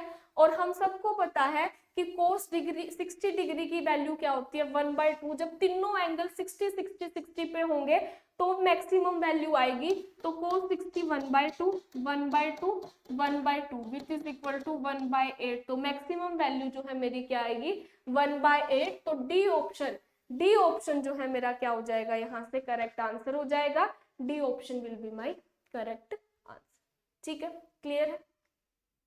नेक्स्ट है the volume of the greatest rectangular parallelepiped that can be inscribed in the ellipsoid x square by a square plus y square by b square plus z square by c square is equal to 1। देखो अगर मैं आपके साथ next question की बात करूं तो जो मेरा नेक्स्ट क्वेश्चन है वो एज सच जो है मुश्किल नहीं है, लेकिन कैलकुलेशंस हैं, देखो कैलकुलेशन करते हैं हम जो है नेक्स्ट क्वेश्चन की हमारे। अब जो रेक्टेंगुलर पैरेललोपाइड है उसके जो है मैंने लेंथ ब्रेड्थ हाइट एजेस जो है मैंने 2x 2y 2z मान लिए, तो उसकी जो वॉल्यूम है वो किसके इक्वल होगी 8xyz के। ये बेसिकली जो है मेरा फंक्शन है f, और किसके अंदर इंस्क्राइब्ड है इस इलिप्स के अंदर। तो यहां से जो है ये मेरा बेसिकली क्या है g, तो कैपिटल F जो है मेरा क्या बनता है f प्लस लैम्डा g दिखता है, और ये जो है मुझे मैक्सिमम निकालना है। तो कैपिटल F जो है बेसिकली मेरा क्या बना 8xyz प्लस लैम्डा, g की value x square by a square plus y square by b square plus z square by c square minus, ठीक है। अब इसको जो है करने के कुछ स्टेप्स होते हैं, क्या स्टेप्स होते हैं, वो स्टेप्स होते हैं जो ये फंक्शन है उसका पार्शियल डेरिवेटिव मैं x के साथ करती हूँ, y के साथ करती हूँ और z के साथ करती हूँ। तो देखो जब इसका पार्शियल डेरिवेटिव मैंने x के साथ किया तो मेरे पास आया 8yz is equal to minus 8yz plus lambda into 2x by a square. Similarly जब इसके साथ किया तो 8xz plus lambda 2y by B square, और जब इसके साथ किया तो क्या आया 8xy plus lambda 2z by C square, ये वैल्यूज आई। अब इनको जो है 0 के इक्वल सब्स्टिट्यूट करके मैं जो है क्या करती हूँ मेरे एक्स वाई जेड की जो है वैल्यूज को फाइंड आउट करूंगी। तो जब मैं इनको सब्स्टिट्यूट करूंगी तो मेरे एक्स वाई जेड की वैल्यू जो है क्या आती है a by under root 3 x आएगा, y आएगा b बाय अंडर रूट 3 और z आएगा c बाय अंडर रूट 3, ठीक है। तो एक्स वाई जेड की वैल्यूज जो है मैं क्या करती हूँ, देखो कैलकुलेशंस जो हैं मैंने स्किप कर दी है कुछ एक, क्योंकि बहुत ही लेंथी कैलकुलेशंस है, मैंने डायरेक्ट की हुई थी तो आपको बता दी, बट करनी कैसे है, किस तरीके से करनी है वो जो है मैंने आपको इन्फॉर्म कर दिया है। तो जब एक्स वाई जेड की वो जो वैल्यू आई है वो इस वॉल्यूम के अंदर डालोगे तो क्या बनेगा, 8x क्या है, a/√3, b/√3, c/√3, तो ये क्या आ गया 8abc/3√3। तो कौन सा ऑप्शन है जो मुझे ये आंसर दे रहा है, यहाँ पे डी ऑप्शन जो है मुझे ये आंसर दे रहा है, तो डी ऑप्शन जो है मेरा क्या हो जाएगा, करेक्ट हो जाएगा, क्योंकि यहाँ पे डी ऑप्शन जो है मुझे क्या है ये आंसर दे। ठीक है, क्लियर है, आई होप सबको क्लियर होगा ये। नेक्स्ट है the function f of x is equal to x square is uniformly continuous, uniformly continuous, uniformly। अब यहाँ पे देखो f of x is equal to x square, कहीं पे कोई चांस है कि इसकी कंटिन्यूटी जो है ब्रेक हो, हर पॉइंट पे डिफरेंशिएबल है, कंटिन्यूअस है, तो ये जो मेरा फंक्शन है पूरे रियल पे -इंफिनिटी टू इंफिनिटी कैसा रहेगा, यूनिफॉर्मली कंटिन्यूअस रहेगा। तो इस क्वेश्चन में कुछ भी कैलकुलेशन करने की जो है जरूरत नहीं थी, डायरेक्टली सी ऑप्शन जो है आपका क्या आ रहा था, करेक्ट आंसर आ रहा था, C option will be your correct answer. ठीक है, moving on to our next question. अब इस फंक्शन को जो है ब्रेक कर लो, फंक्शन था मेरा क्या, f ऑफ x किसके equal, x mod x by x square. तो जब मेरा x ग्रेटर देन 0 है और एक s less than equal to 0, दो केसेस बनेंगे। तो ग्रेटर देन 0 पे ये सिर्फ x बनेगा, x माइनस x 0 बन जाएगा, और लेस देन इक्वल टू 0 पे माइनस x बनेगा, तो minus minus 2x by x which is 2। तो ग्रेटर देन 0 पे 2 वैल्यू है और 0 वैल्यू है, और लेस देन 0 पे 2 है, तो इसको दिक्कत कहाँ आएगी, लेफ्ट हैंड लिमिट और राइट हैंड लिमिट जो है इसकी 0 पे जो है डिफरेंट रहेगी। तो इसको कंटिन्यूटी पे जो है किस पॉइंट पे दिक्कत आएगी, 0 पे, क्योंकि मेरा फंक्शन जो है 0 पे ब्रेक हो रहा है, बाकी 0 से बड़ी 1 2 3 बाकी सब पे तो 0 ही रह रहा है, तो वहां पे कोई दिक्कत नहीं है, सिर्फ किस पॉइंट पे दिक्कत है, 0 पे। तो यहाँ पे ए ऑप्शन जो है मेरा आंसर हो जाएगा कि मेरा जो फंक्शन है वो 0 पे जो है कॉन्टिन्यूअस नहीं है। ठीक है, आगे बढ़ते हैं नेक्स्ट क्वेश्चन पे। The Rolle's theorem does not hold for the function. अब किस फंक्शन के लिए रोल्स थ्योरम जो है होल्ड नहीं करती है। अब ध्यान से देखो, अगर मैं किसी भी इंटरवल ए बी की बात कर रही हूँ और उस पर मुझे किसी भी फंक्शन पे रोल्स थ्योरम जो है चेक करनी है, तो पहली कंडीशन होती है कि जो फंक्शन है वो कॉन्टिन्यूस हो क्लोज इंटरवल ए बी। दूसरी है कि फंक्शन जो है डिफरेंशिएबल हो ओपन इंटरवल। ठीक है, और तीसरी है कि f ऑफ a जो है मेरा किसके इक्वल आना चाहिए, f ऑफ b के इक्वल। तो देन देयर एग्जिस्ट, यहाँ पे एक एग्जिस्ट करेगा c, कहाँ पे, a और b के बीच में, such that f dash c जो है मेरा क्या आ जाए, 0 आ जाए। ठीक है, तो अब सपोज करो नीचे से शुरू करते हैं। f ऑफ x जो है मैंने क्या लिया, cos x, तो cos x जो है -π/2 से लेके π/2 तक कंटिन्यूस है, ओपन इंटरवल पे डिफरेंशिएबल भी है, दोनों कंडीशन सेटिस्फाई होगी। अब cos -π/2 भी 0 होता है और cos π/2 भी जो है क्या होता है, 0 होता है, तो ये भी तीसरी कंडीशन भी सेटिस्फाई करेगी। तो अब मैं देखती हूँ क्या कोई c लाई करेगा। अब cos का डेरिवेटिव क्या होता है, माइनस साइन एक्स, तो क्या -π/2 से लेके π/2 के बीच में कोई पॉइंट लाई कर रहा है जिसपे 0, हाँ 0 लाई कर रहा है, साइन 0 0 होता है, तो यहाँ पे मेरे को एक c भी मिल गया। तो इसके लिए रोल्स थ्योरम जो है क्या है, सेटिस्फाई कर रही है। तो मेरे को पूछा है किस पे नहीं कर रही, तो ये ऑप्शन गलत हो गया। सेकंड देखो, x³ - 4x पॉलिनोमियल फंक्शन है, इस पे भी जो है कंटिन्यूस भी होगा, -2 के 2 के बीच में, डेरिवेटिव भी है 3x² - 4, और डेरिवेटिव इसका क्या आया, 3x² - 4 इज इक्वल टू 0। तो यहाँ पे ये 0 किस पॉइंट पे हो रहा है, 4/3, दैट इज 2/√3, जो -2 से 2 के बीच में लाई कर रहा है। तो इस पे भी रोल्स थ्योरम होल्ड कर रही है। नेक्स्ट भी फंक्शन डिफरेंशिएबल भी है, कंटिन्यूस भी है, और f of a is equal to f of b भी है, -1 डाल लो, 1 डाल लो, और 0 भी बन रहा है डेरिवेटिव, ठीक है। तो यहाँ से बी भी रोल्स थ्योरम होल्ड कर रहा है। तो अल्टीमेटली ए ऑप्शन जो है मेरा क्या आ गया, आंसर आ गया, क्योंकि बाकी तीनों में जो है मेरी रोल्स थ्योरम क्या कर रही है, बाकी तीनों ऑप्शन में जो है मेरी रोल्स थ्योरम होल्ड कर रही है, ठीक है, क्लियर है। नेक्स्ट देखो द सेट, अब ध्यान से देखो, ये जो सेट है -2 से लेके इंफिनिटी तक जो है जाया ही जा रहा है, खत्म नहीं हो रहा, डॉट डॉट डॉट है। तो इसका इन्फीमम क्या होगा, -2, और सुप्रीमम क्या होगा, इंफिनिटी। तो डायरेक्टली जो है बी ऑप्शन जो है इसका क्या आ रहा था, आंसर आ रहा था। B option will be its answer, ठीक है, क्लियर है। नेक्स्ट देखो, which of the following inequalities is not true, इनमें से कौन सी इक्वालिटी जो है वो ट्रू नहीं है। तो पहले तो देख लो कि अब देखो सी और डी तो जो है मेरे लग्रांजेस थ्योरम से होल्ड कर रहे थे। लग्रांजेस थ्योरम से मेरे को पता चलता है tan इनवर्स x माइनस ये, तो ये इनइक्वालिटी तो होल्ड करती है, इसकी तो बात ही खत्म। अब इन दोनों इनइक्वालिटी में मुझे डाउट था, और x ग्रेटर देन 0 पे हम बात कर रहे थे, तो x को ना 1 डाल लो, सपोज करो, तो b में डाला 1, तो 1 + 1/2 less than log 2 less than 1।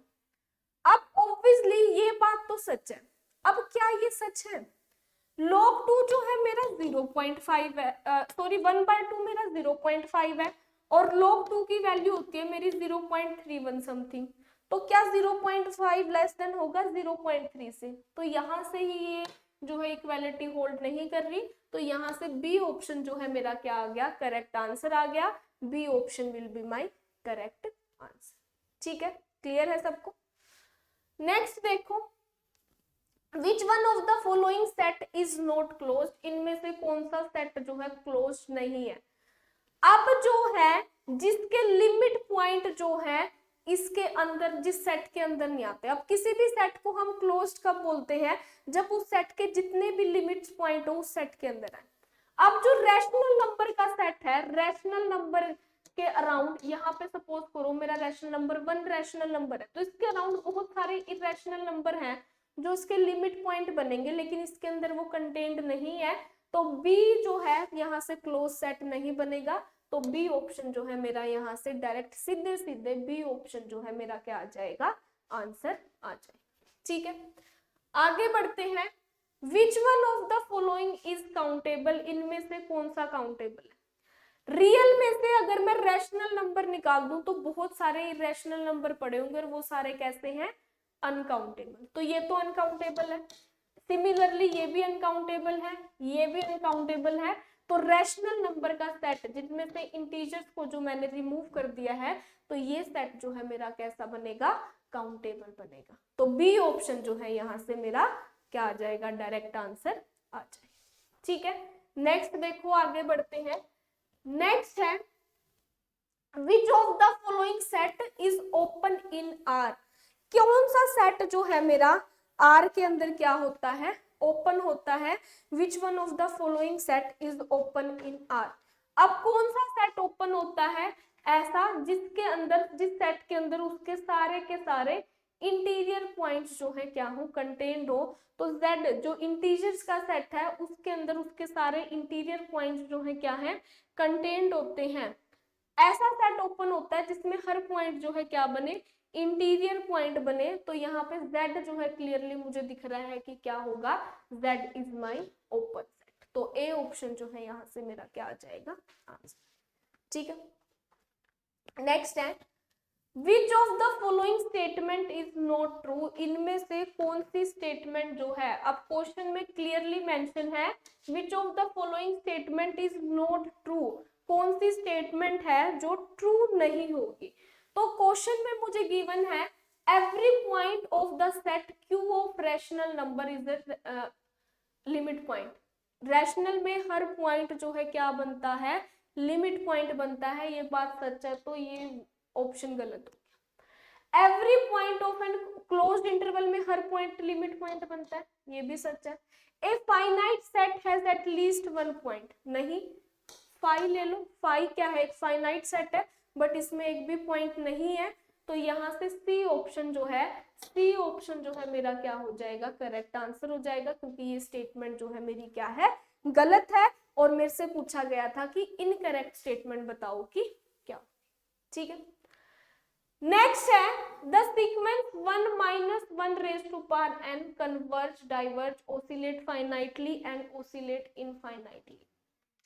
अब इसके लिमिट पॉइंट देखो, अगर n ओड है तो ये -1 बनेगा, 1 minus 1 0, और अगर n मेरा क्या है, इवन है, तो ये जो है 1 minus 1 +1 बनेगा 2, तो इसके दो लिमिट पॉइंट बनेंगे, या तो 0 या फिर क्या 2, तो ये तो ओसिलेट कर रही है, ना कन्वर्ज कर रही ना डाइवर्ज कर रही, कहाँ पे घूम रही है, 0 और 2 के बीच में जो है घूम रही है, तो क्या आ जाएगा इसका, सी ऑप्शन जो है आंसर आएगा, ओसिलेट फाइनाइटली। रीजन बीइंग क्योंकि इसके जो है दो लिमिट पॉइंट जो है मुझे क्या है गिवन है, इसके जो है दो लिमिट पॉइंट।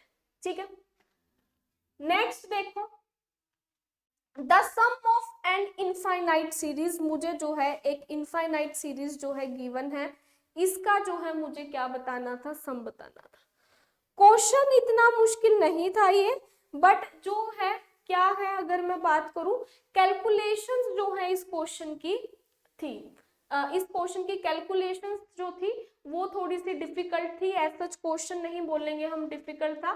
तो क्या था, अब 512 प्लस, तो इसकी अगर मैं जर्नल टर्म बनाऊं, अगर इस क्वेश्चन की जो है मैं क्या बनाऊं, जर्नल टर्म tn, तो tn जो है मेरी क्या बन रही थी, 2n प्लस 3 बाय क्या, 2n माइनस 1, 2n प्लस 1, ये जो है मेरी क्या बन रही थी, ये जो है मेरी जर्नल टर्म बन रही थी। ठीक है, तो अगर मैं इसको सेपरेट करती किस फॉर्म में, अगर मैं इसको इस फॉर्म में लिखना चाहती थी, a बाय 2n माइनस 1 नीचे वाली टर्म को, प्लस b बाय 2n, और इसको लिखती cn बाय 2n प्लस 1, ऐसे जो है पार्शियल फ्रैक्शन की फॉर्म में अगर मैं लिखती, तो इसको जब मैं सोल्व करती, तो इसको सोल्व करके मेरे a की वैल्यू कितनी आ रही थी, जो मेरा a b और c था, तो मेरे a b c की वैल्यू जो है आ रही थी 2 माइनस 3 1, a 2, पार्शियल फ्रैक्शन को सोल्व करना है, पार्शियल फ्रैक्शन को सोल्व करके जो है a b c की वैल्यू निकालनी थी, जो कि मेरी क्या आ रही थी 2 3 और -1, ऐसे जो है कुछ इस तरीके से जो है क्या है इसकी वैल्यू आ रही थी। ठीक है, तो क्या आया इसका आंसर, अगर मैं इसको सोल्व करूंगी, तो यहां से जो है अब ए बी की वैल्यू मैंने इसके अंदर डाल ली, तो समीशन टीएन जो है मेरा किसके इक्वल आ गया, यहाँ पे मैंने ए की वैल्यू डाल दी 2, बी की वैल्यू डाल दी -3, और जो मेरा सी है, मेरे सी की वैल्यू जो है मैंने डाल दी 1।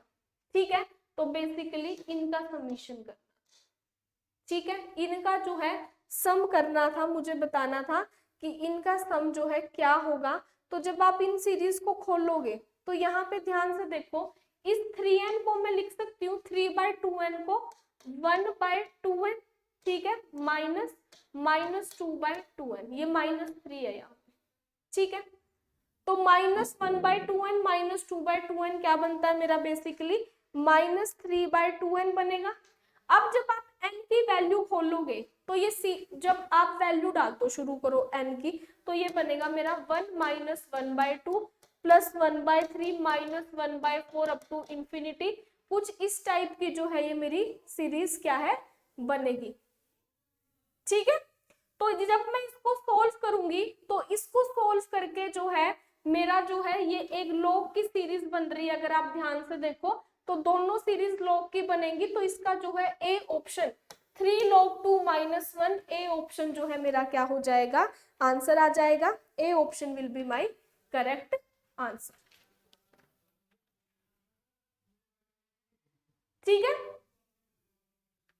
तो नेक्स्ट क्वेश्चन देखो, इसी के साथ हम आगे बढ़ते हैं, नेक्स्ट क्वेश्चन करते हैं। देखो नेक्स्ट क्वेश्चन जो है हमारा, क्वेश्चन जो है डिफरेंशियल इक्वेशन का है। इसमें पूछा गया है कि मेरे को एक डिफरेंशियल इक्वेशन जो है गिवन है और मुझे उस डिफरेंशियल इक्वेशन का जो है क्या बताना है, सॉल्यूशन बताना है। तो ये जो था, इसको पूरा सॉल्यूशन करने बैठते तो आप बहुत ही डिफरेंट था, डिफिकल्ट हो जाता। तो आपको बेसिकली क्या करना था, बाय ऑप्शन जो है जाना था, बाय ऑप्शन जो है आपने बताना था कि क्या जो है इसका आंसर होगा। तो पहला ऑप्शन है y cos x plus x d y, तो इसमें dy बाई डी एक्स अगर उसके इक्वल आ जाता है तो ये हमारा आंसर बन जाएगा। तो जब मैं इसका डेरिवेटिव करूंगी तो y as it is cos का derivative minus sine x plus साथ में क्या cos x as it is y का derivative dy by D X, फिर plus x as it is sine का डेरिवेटिव cos y, फिर प्लस में sine y as it is equal to 0, constant का derivative 0। ठीक है, अब यहाँ पे देखो sine Y into D Y by D X भी आएगा साथ में। ठीक है, तो इसमें देखो d Y by D x अगर मैं कॉमन ले लूं तो ये मेरा बचेगा cos x plus x cos y is equal to, इनको दूसरी तरफ ले जाओ तो दूसरी तरफ ये पॉजिटिव है, नेगेटिव है, पॉजिटिव बनेगा y साइन x माइनस यहाँ पे क्या बन रहा है ये साइन y। ठीक है, और जब मैं इसको इसके नीचे ले आऊंगी तो dy बाई डी एक्स की वैल्यू आ रही है cos x plus x cos y, but हमारे dy बाई डी एक्स की वैल्यू क्या है, sine y plus y sine x, और यहाँ पे जो है नेगेटिव है, तो पहला ऑप्शन तो आंसर नहीं है, क्योंकि पहला option dy by D x जो है ये नहीं बना रहा। तो सिमिलरली जो है आप सेकंड चेक करोगे, थर्ड चेक करोगे, तो इसी तरीके से आपको जो है चेक करना है इसको। तो जब आप इसको जो है चेक करोगे तो सी ऑप्शन जो है आपका आंसर आएगा, तो यहां से सी ऑप्शन जो है आपका क्या हो जाएगा, करेक्ट आंसर हो जाएगा। बाय ऑप्शन जो है आपने इस क्वेश्चन को करना है, कैसे करेंगे हम, बाय ऑप्शन करेंगे, बाय ऑप्शन जो है जाएगा। ठीक है, नेक्स्ट देखो the journal solution of the differential equation. अब ये डिफरेंशियल इक्वेशन है, इसका जर्नल सॉल्यूशन बताना है। तो जर्नल सॉल्यूशन क्या होता है, complementary function plus particular integral. अब आप चारों के चारों ऑप्शन देखो, देखो बहुत ही ज्यादा स्मार्ट वर्क करना होता है हमें क्वेश्चंस को करने के लिए। अगर कहीं पे भी हम शॉर्ट ट्रिक लगा पा रहे हैं तो हमें वो शॉर्ट ट्रिक जो है अप्लाई करनी चाहिए। तो यहाँ पे देखो ये तीनों में कॉम्प्लीमेंट्री फंक्शन तो सेम, सिर्फ फर्क कहाँ है, पर्टिकुलर इंटीग्रल में। तो कॉम्प्लीमेंट्री फंक्शन निकालने पे अपना टाइम वेस्ट नहीं करना, डायरेक्ट पर्टिकुलर इंटीग्रल निकाल लेंगे। ऑक्सिलरी इक्वेशन हमारी बनी हुई है e raise to power 2x। तो जब मैं d को 2 डालूंगी तो ये 0 बनेगा, तो हम क्या करेंगे, केस ऑफ फेलियर बनेगा। तो x से मल्टीप्लाई इसका डेरिवेटिव 3d माइनस 2 का square e raise to power 2x, फिर से 2 डाला, केस ऑफ फेलियर बना, तो क्या किया, फिर से x से मल्टीप्लाई, नीचे क्या बनेगा 3 2 जा 6 d माइनस 2 कितना, d माइनस 2 कितना e raise to power 2x। ठीक है, अब यहाँ पे देखो x स्क्वायर वाली दो ही टर्म है, या तो x स्क्वायर पक्का आएगा, एक के साथ 4 है और एक के साथ 6 है, और हमारा क्या बन रहा है बेसिकली यहाँ पे 6 बन रहा है। तो ये जो है इसका क्या आंसर आएगा, x square by 6 e raise to power 2x। तो कौन सा है जो हमारा आंसर आ जाएगा, यहाँ से बी ऑप्शन जो है हमारा करेक्ट आंसर आ जाएगा। B option will be our correct answer. ठीक है, क्लियर है सबको। नेक्स्ट देखो, नेक्स्ट क्वेश्चन है the particular solution of the differential equation. जो मुझे डिफरेंशियल इक्वेशन गिवन है उस डिफरेंशियल इक्वेशन का जो है मुझे क्या बताना है, पर्टिकुलर सॉल्यूशन। अब एक चीज ध्यान रखना, किसी भी डिफरेंशियल इक्वेशन का जो पर्टिकुलर सॉल्यूशन होता है वो भी उसका एक सॉल्यूशन ही होता है, और वो इस पूरी इक्वेशन को जो है क्या करेगा, वो उस पूरी इक्वेशन को जो है सेटिस्फाई करता है। ठीक है, तो यहाँ पे इस क्वेश्चन को करने के दो तरीके हैं। एक तो पर्टिकुलर सॉल्यूशन हम कैसे निकाल सकते हैं, 1 by D square minus 1, particular solution किसके इक्वल होता है, 1 by D square minus 1 of x square into cos x. तो क्या करोगे, x square into cos x वाला रूल लगाओगे, उस रूल से इसको निकालोगे। या फिर दूसरा तरीका क्या है, बाय ऑप्शन। दूसरा तरीका क्या है, बाय ऑप्शन आप क्या है जाओगे, बाय ऑप्शन जो है आप चेक करोगे, जो भी इसका सॉल्यूशन आएगा वो इसको सेटिस्फाई करेगा। तो दोनों में जो है आपने बेसिकली क्या निकालना है, d2y by D x square की वैल्यू निकाल के इसके अंदर पुट कर दो, जो भी इसको सेटिस्फाई कर रही होगी वो आपका जो है क्या आ जाएगा, आंसर आ जाएगा। ठीक है, क्लियर है। ये मेरा क्या है, y है, तो जो भी इसका डेरिवेटिव होगा इसको जो है सेटिस्फाई करेगा, जो इसको सेटिस्फाई कर रहा है वो आपका जो है आंसर हो जाएगा। कुछ नहीं था इस क्वेश्चन में, सिर्फ कैलकुलेशंस थी। कैलकुलेशंस जो है आपने खुद करनी है, मैंने बता दिया है कैसे करना है, तो कैलकुलेशंस जो है आप खुद ट्राई करो। नेक्स्ट क्वेश्चन है, विच one of the following is an elliptical partial differential equation, इनमें से कौन सी जो है equation elliptical partial differential equation. अब ये जितनी भी इक्वेशन है ये इस फॉर्म की है, r curl square x z by curl x square plus s curl square z by curl x curl y plus t curl square z by curl x curl y. इसके आगे कुछ भी नहीं है, सारी इक्वेशन जो है इस फॉर्म की है। अब इनमें से कौन सी इक्वेशन जो है मेरी क्या होगी, इलिप्टिक होगी, विच वन इज इलिप्टिक। तो इलिप्टिक होगी वो इक्वेशन जिसमें एक्स स्क्वायर माइनस 4rt, जिसका एक्स स्क्वायर माइनस 4rt जो है मेरा क्या है, लेस देन 0 है।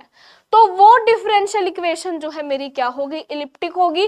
तो बाय ऑप्शन आप चेक कर लो कि किसका, किस इक्वेशन का एस स्क्वायर माइनस 4rt जो है मेरा क्या आ रहा है, लेस देन 0 आ रहा है।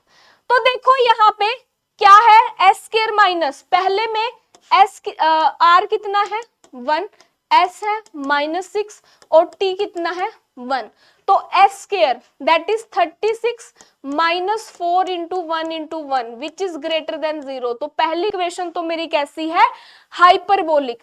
ग्रेटर देन 0 के लिए हाइपरबोलिक होती है, इक्वल टू 0 के लिए पैराबोलिक और लेस देन 0 के लिए इलिप्टिक। तो पहला ऑप्शन गया। दूसरा कह रहा है, दूसरे में आर कितना है 1, एस कितना है 2 और टी कितना है 1, तो s square 4 minus 4rt which is equal to 0। तो दूसरी इक्वेशन जो है मेरी क्या बन रही है, पैराबोलिक बन रही है, क्योंकि 0 आ रहा है तो ये भी नहीं है। तीसरा है, ये मेरा कितना है, इसमें r1 है, s1 है और t भी 1 है। तो -1 का square -4 into 1 into 1 which is 1 minus 4 which is -3 less than 0। तो ये जो मेरी इक्वेशन है, ये सी वाली जो मेरी इक्वेशन है, ये मेरी कैसी बनेगी, ये मेरी इलिप्टिक इक्वेशन बनेगी। और यहां से सी ऑप्शन जो है मेरा क्या आ जाएगा, करेक्ट आंसर आ जाएगा। C option will be my correct answer. ठीक है, क्लियर है सबको। तो इस तरीके से हम पैराबोलिक, हाइपरबोलिक और इलिप्टिक चेक कर लेते हैं without doing much calculation. Next है, मुझे एक पार्शियल डिफरेंशियल इक्वेशन गिवन है। नेक्स्ट क्वेश्चन में मुझे एक पार्शियल डिफरेंशियल इक्वेशन गिवन है और मुझे इसका क्या बताना है, जनरल सॉल्यूशन। अब ये इक्वेशन किस फॉर्म की है, y plus z into p, z plus x into q into x plus y. तो इस पे जो है हमारा क्या लगेगा, लाग्रांजेस मेथड लगेगा। इस टाइप की पार्शियल डिफरेंशियल इक्वेशन को सोल्व करने के लिए हम क्या लगाते हैं, लाग्रांजेस मेथड का जो है क्या करते हैं, यूज करते हैं। अब लाग्रांजेस मेथड हमें क्या कहता है, dx is equal to dy is equal to dz by क्या आएगा, y plus z, z plus x और क्या बनेगा, x प्लस वाई। अब आप क्या करो, dx plus dy plus dz को ऐड करो, क्या आएगा, इन तीनों को ऐड करूंगी तो 2 times of x plus Y plus Z is equal to, यहां पे क्या करो, dx में से dy को माइनस कर दो। ठीक है, क्या कर दो, dx में से dy को माइनस कर दो, तो ये मेरा बनेगा y माइनस एक्स, जेड से z कैंसिल। तो ये बेसिकली क्या बन गया, dx dy dz, इसको ऐसे ही ले लो, dx plus dy plus dz by x plus y plus z is equal to -2। ये 2 इधर मल्टीप्लाई में ले गए और इसमें से माइनस कॉमन निकाल लिया, तो ये मेरा क्या बन गया, x माइनस वाई। तो नीचे फंक्शन है, ऊपर इसका डेरिवेटिव है, तो इंटीग्रेट करेंगे तो मेरे पास क्या आएगा, इंटीग्रेट करके मेरे पास आएगा log of x plus Y plus Z is equal to -2 log of x minus y plus some. Constant को भी log की फॉर्म में ले सकते हो जब सब कुछ ही जो है मेरा कॉन्स्टेंट की फॉर्म। तो यहां से क्या आ गया, log of x plus Y plus Z is equal to, पार को मैं ऊपर ले जाऊंगी, log ऑफ x माइनस 2 की पार -2 into c. log a plus log b किसके इक्वल होता है, log a b के, ठीक है। तो log से log कैंसिल आउट हो गया, तो यहां से ये -2 था, जब इधर लेके आएंगे तो ये मेरा ये बन जाएगा। तो एक सॉल्यूशन तो जो है मेरा क्या आ रहा है, ये आ रहा है x प्लस वाई का square plus x plus Y plus z. अब दूसरा सॉल्यूशन निकालने की हमें जरूरत नहीं है, क्योंकि चारों ऑप्शन में देखो ये वाला सॉल्यूशन सिर्फ एक ही सी ही ऑप्शन ऐसा है जो ये वाला सॉल्यूशन दे रहा है, तो यहां से सी ऑप्शन जो है मेरा क्या हो जाएगा, करेक्ट आंसर हो जाएगा। C option will be my correct answer. ठीक है, क्लियर है। तो इस तरीके से जो है हम क्या है सॉल्यूशंस जो है फाइंड आउट कर सकते हैं। नेक्स्ट देखो, the cube root of the complex number r. जो कॉम्प्लेक्स नंबर है मेरे को उसके क्यूब रूट बताने हैं कि क्या हो। माइनस आइटा का क्यूब रूट बताना, मैंने सपोज कर लिया कि वो x के इक्वल, तो यहां से क्या आया, minus iota is equal to X cube आ गया, और इसको मैं उधर ले जाऊं तो X cube plus iota is equal to 0। ये मेरी इक्वेशन बन गई। जो इस इक्वेशन को सेटिस्फाई करेंगे वो माइनस आइटा के क्या होंगे, क्यूब रूट। तो अब मैं अगर इसको आइटा डाल दूं तो आइटा का cube minus eta plus eta 0, तो सेटिस्फाई कर रहा है। तो आइटा इसका क्यूब रूट है, तो ए सी और डी ऑप्शन मुझे आइटा दे रहे हैं, लेकिन बी ऑप्शन मुझे आइटा नहीं दे रहा, तो ये खत्म, एलिमिनेट। अब डी ऑप्शन में 1 गिवन है, अगर 1 इसका क्यूब रूट है तो इस इक्वेशन को सेटिस्फाई करेगा। 1 का cube 1 plus eta which is equal to 0, तो यहां से ये ऑप्शन भी जो है मेरा चला। अब नेक्स्ट है √3/2 -1/2 या √3/2 + 1/2। कॉम्प्लेक्स रूट तो वैसे ही कॉन्जुगेट पेयर में एग्जिस्ट करते हैं, तो इनमें से एक पुट कर लो, √3/2 -1/2 आइटा का क्यूब प्लस आइटा। अगर ये इसको सेटिस्फाई कर गया तो ये आंसर है, अदरवाइज जो है ये आंसर है।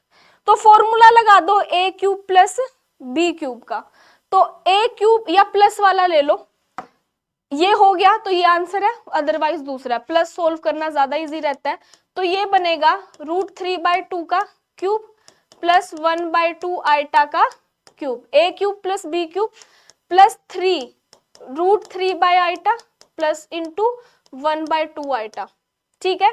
और साथ में क्या आएगा, √3/2 प्लस 1/2 आइटा, यही आएगा, और साथ में प्लस आइटा, ये इक्वेशन बनी।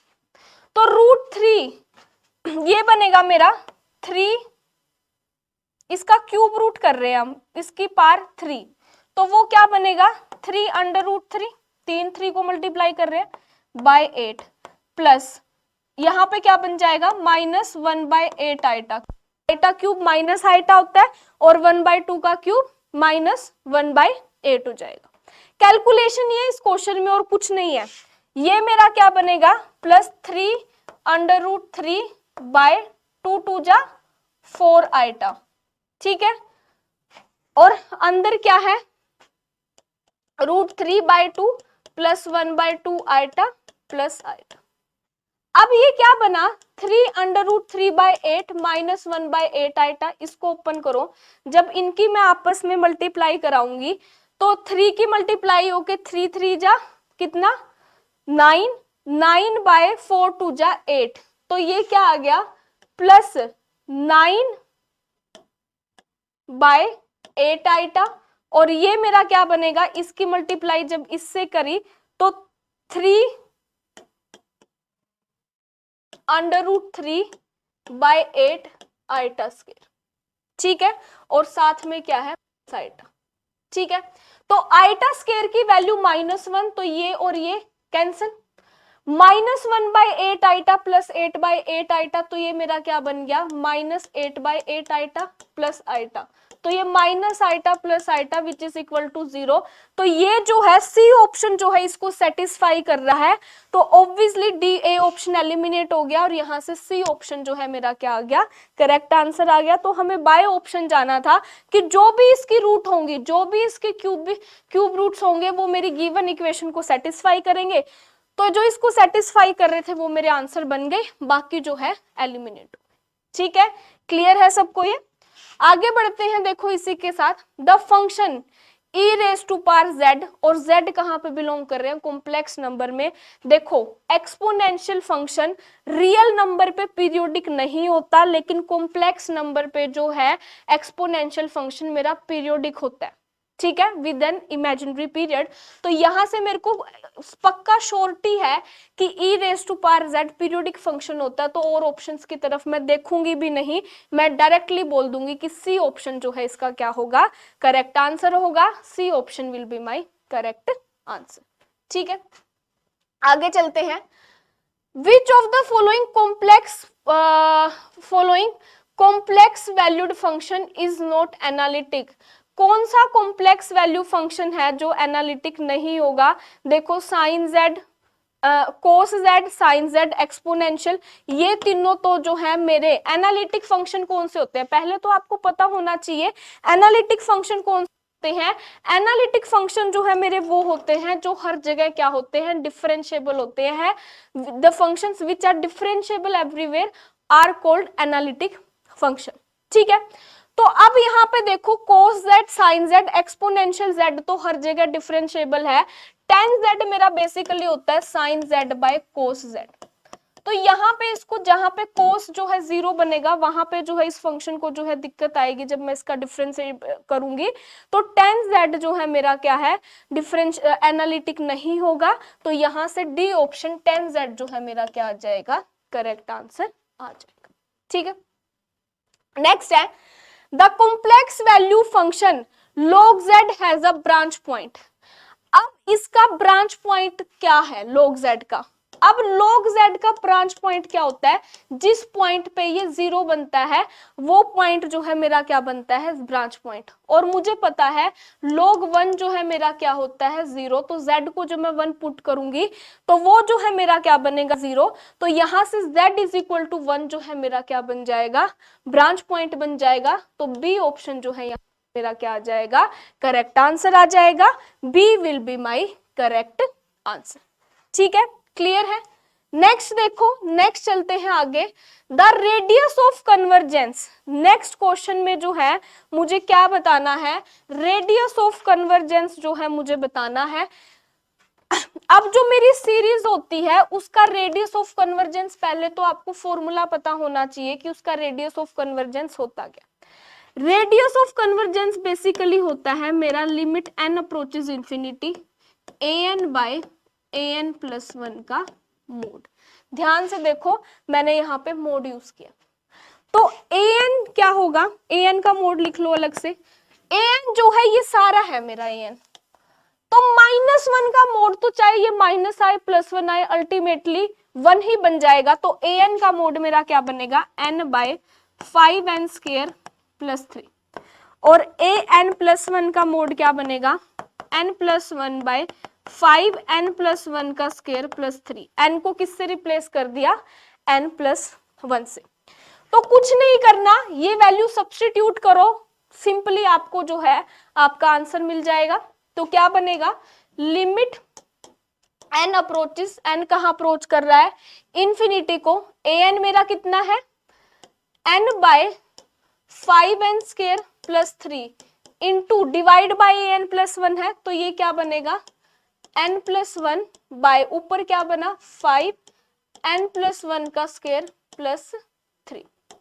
ठीक है, तो अब यहाँ पे ध्यान से देखो, limit n approaches infinity, n तो इसमें से कॉमन आ गया और इसमें से मैंने कॉमन ले लिया n स्क्वायर कॉमन लेने के बाद यहाँ क्या बचा 5, 1 प्लस 1 बाय n का square plus 3 by n square, ये बचा डिवाइड बाय, इसमें से n कॉमन लिया तो अंदर बचा 1 + 1/n, और इसमें से क्या कॉमन लिया n², तो अंदर बचा 5 + 3/n², कैंसिल।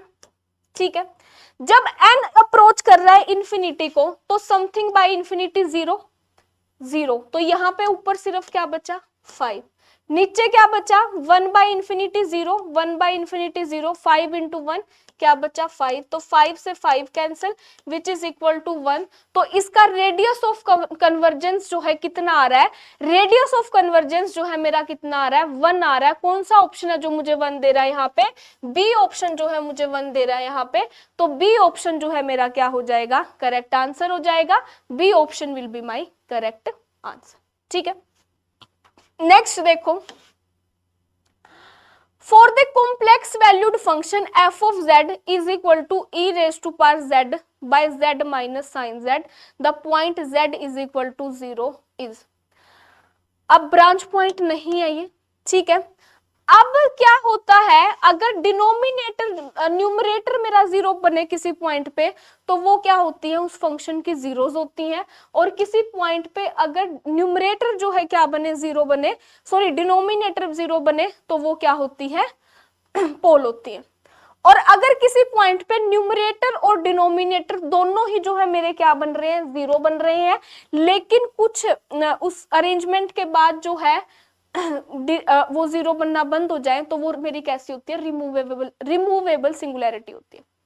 तो यहाँ पे जो है डिनोमिनेटर में टर्म्स जो है 0 आएंगी, जब मैं एक्सपोनेंशियल फंक्शन का एक्सपेंशन भी करूंगी या साइन z का भी एक्सपेंशन कर रही हूँ, तो यहाँ से जो है ये मेरा क्या बनेगा, क्योंकि डिनोमिनेटर 0 है तो ये जो है मेरा पोल बनेगा। तो यहाँ से डी ऑप्शन 52 क्वेश्चन का जो है डी ऑप्शन जो है मेरा क्या आ जाएगा, आंसर आ जाएगा। D option will be my correct answer. ठीक है, आगे बढ़ते हैं। The bilinear transformation is not conformal at, मेरे को एक क्या गिवन है, बाइलीनियर ट्रांसफॉर्मेशन जो है क्या है, नॉट कन्फर्मल। अब वो नॉट कन्फर्मल कब होती है, जिस पॉइंट पे कोई भी फंक्शन, जैसे सपोज करो f ले ली मैंने कोई भी ट्रांसफॉर्मेशन, जिस पे उसका डेरिवेटिव जो है क्या आता है, जिस पे उस ट्रांसफॉर्मेशन का डेरिवेटिव क्या होता है, जिस पॉइंट पे डेरिवेटिव 0 होता है उस पॉइंट पे वो नॉट कन्फर्मल होती है, और जिस पॉइंट पे उसका डेरिवेटिव नॉन 0 होता है उस पॉइंट पे जो है वो क्या होती है, कन्फर्मल होती है। तो अगर मैं इसका डेरिवेटिव करूं, क्वोशिएंट रूल लगाऊं, तो ये जो है इसका डेरिवेटिव जो है नॉन 0 आ रहा है, तो ये सी डी 0 जितने भी पॉइंट्स हैं इन सब पॉइंट्स पे तो जो है ये कैसी है, कन्फर्मल है। तो एक z is equal to infinity पे जो है ये कन्फर्मल नहीं होगी, तो डी ऑप्शन जो है यहां से मेरा क्या हो जाएगा, करेक्ट आंसर आ जाएगा। नेक्स्ट है, under the mapping w is equal to 1/w, the image of circle is a, जो ये मैपिंग है inverse mapping, basically z is equal to 1/z, तो मुझे सर्कल की इमेज बतानी है इस मैपिंग के अंडर क्या होगी। तो जो ये इमेज है ये जो है ये लाइन को जो है लाइन पे मैप करती है और सर्कल को जो है सर्कल पे मैप करती है। तो मुझे बेसिकली एक सर्कल गिवन है, तो सर्कल की इमेज जो है वो किस पे बनेगी, सर्कल पे ही बनेगी। तो यहाँ से क्या है, B option circle, B option circle जो है मेरा क्या आ जाएगा, करेक्ट आंसर आ जाएगा। B option circle will be my correct answer. ठीक है, क्लियर है सबको। आगे बढ़ते हैं। The trace of a matrix 3 matrix, the trace of a 3 matrix is 2। अब मेरे पास एक 3x3 की मैट्रिक्स गिवन है जिसका ट्रेस क्या है, बेसिकली 2 है, और 2 आइगन वैल्यूज मुझे गिवन है 1 2, और मुझे थर्ड आइगन वैल्यू बतानी है कि मेरी थर्ड आइगन वैल्यू जो है क्या होगी। तो अब ध्यान से देखो, अगर मैं मैट्रिक्स ये बना दूं, अगर मैं ये 3x3 की मैट्रिक्स बना दूं, तो इस मैट्रिक्स का ट्रेस बेसिकली क्या होता है, ट्रेस ऑफ अ मैट्रिक्स क्या होता है, sum of its diagonal values. Trace क्या होता है, sum of its diagonal entries. Diagonal entries के सम को जो है हम क्या बोलते हैं, डायगोनल एंट्रीज के सम को जो है हम क्या बोलते हैं, ट्रेस। तो यहाँ पे ये 3x3 की मैट्रिक्स है, इसका ट्रेस भी जो है कितना आ रहा है, the trace of A 3 matrix. अब इसका ट्रेस कितना है, 2 चाहिए, तो मैं इसको यहाँ पे क्या लिख दूं, -1 लिख दूं, सॉरी। इसका ट्रेस कितना आ रहा है, 2, तो 1 2 -1, अगर ऐसे में मैट्रिक्स लिख दूं तो ट्रेस कितना आ रहा है, सम करके 2 आ रहा है, 3x3 की मैट्रिक्स बन रही है। तो मेरी कंडीशन, और हमें गिवन है 2 आइगन वैल्यूज 1 और 2, और एक डायगोनल मैट्रिक्स की आइगन वैल्यूज क्या होती है, उसकी डायगोनल एंट्रीज जो है उसकी क्या बनती है, आइगन वैल्यूज। तो 1 2 इसकी आइगन वैल्यू बन रही है, तो मुझे थर्ड आइगन वैल्यू बतानी है कि क्या होगी। तो यहां से हमें क्लियरली पता चल रहा है कि -1 जो है क्या होगी, थर्ड आइगन वैल्यू होगी। तो यहां से ए ऑप्शन -1, ए ऑप्शन -1 जो है मेरा क्या हो जाएगा, करेक्ट आंसर हो जाएगा। ठीक है, क्लियर है सबको। देखो आगे बढ़ते हैं इसी के साथ हमारे नेक्स्ट क्वेश्चन की तरफ। द मैट्रिक्स इज, अब मेरे को एक मैट्रिक्स गिवन है और मुझे बताना है कि ये मैट्रिक्स कैसी है, इनवोल्यूटरी। इनवोल्यूटरी कब होती है, जब ए स्क्वायर किसके इक्वल होता है, आइडेंटिटी के। नीलपोटेंट, इसकी कोई भी पार के क्या बने, 0। आइडोपोटेंट कब होती है, ए स्क्वायर जो है मेरा किसके इक्वल आए, ए के। और स्क्यू सिमेट्री कब होती है, जब ए किसके इक्वल होता है, -a ट्रांसपोज के। और स्क्यू सिमेट्रिक मैट्रिक्स की सबसे बड़ी पहचान क्या होती है, जो मेरी स्क्यू सिमेट्रिक मैट्रिक्स होती है उसकी सबसे बड़ी पहचान ये होती है कि उसकी जो डायगोनल एंट्रीज है वो क्या होती है, हमेशा 0। तो इसकी डायगोनल एंट्रीज क्या है, नॉन जीरो है, तो ये मैट्रिक्स जो है स्क्यू सिमेट्रिक नहीं है। अब अगर मैं ए स्क्वायर निकाल लूं तो यहीं से मुझे मेरा आंसर मिल जाएगा। इन दोनों में से कोई एक चीज आ गई तो ये आंसर है, अदरवाइज बी ऑप्शन आंसर है। मल्टीप्लाई करके देख लेते हैं, अब ए स्क्वायर निकाल लेते हैं। 5 2 6 -2 -1 -3।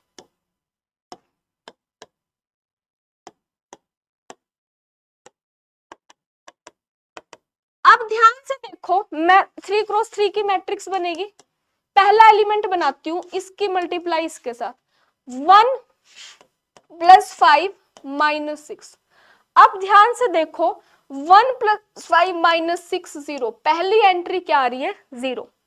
अगर इनवोल्यूटरी होती तो ए स्क्वायर आइडेंटिटी आता, तो पहली एंट्री क्या बननी थी, 1, जो कि 0 बन रही है, तो ए ऑप्शन गया। आइडेम्पोटेंट में ए स्क्वायर ए के इक्वल बनती तो भी पहली एंट्री क्या बननी थी, 1, तो ये भी 0 बन रही है, तो ये ऑप्शन भी गया। कैलकुलेशन करने की जरूरत ही नहीं थी, छोटी सी हल्की सी कैलकुलेशन से जो है आपको आपका आंसर जो है क्लियर हो जाना था, इतनी वो जो है नहीं बननी थी। तो यहां से सीधा सीधा कौन सा ऑप्शन है जो मेरा आंसर आ रहा है, बी ऑप्शन। और चेक कर लेना सारी एंट्री 0 0 बनेंगी, तो ये जो है मेरी नीलपोटेंट मैट्रिक्स बनेगी, जिसका नीलपोटेंसी इंडेक्स कितना होगा, 2। ठीक है, तो बी ऑप्शन जो है इसका क्या आ जाएगा, यहां से करेक्ट आंसर आ जाएगा। नेक्स्ट देखो, the system of simultaneous equation has infinite number of solution।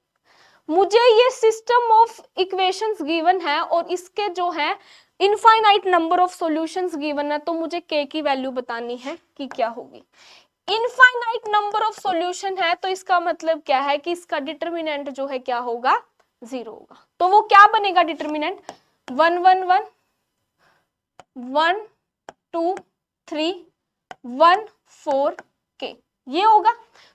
जो है क्या होना चाहिए, 0 होना चाहिए। तो यहां से इस रिजल्ट को यूज करके जो है हम सीधे से जो है क्या करेंगे, k की वैल्यू जो है फाइंड आउट करेंगे। तो देखो करते हैं, इसके लोग अगर मैं एक्सपेंड करूं तो पहला एलिमेंट बनेगा 2k - 12, ठीक है, माइनस ये वाली जाएगी k -3।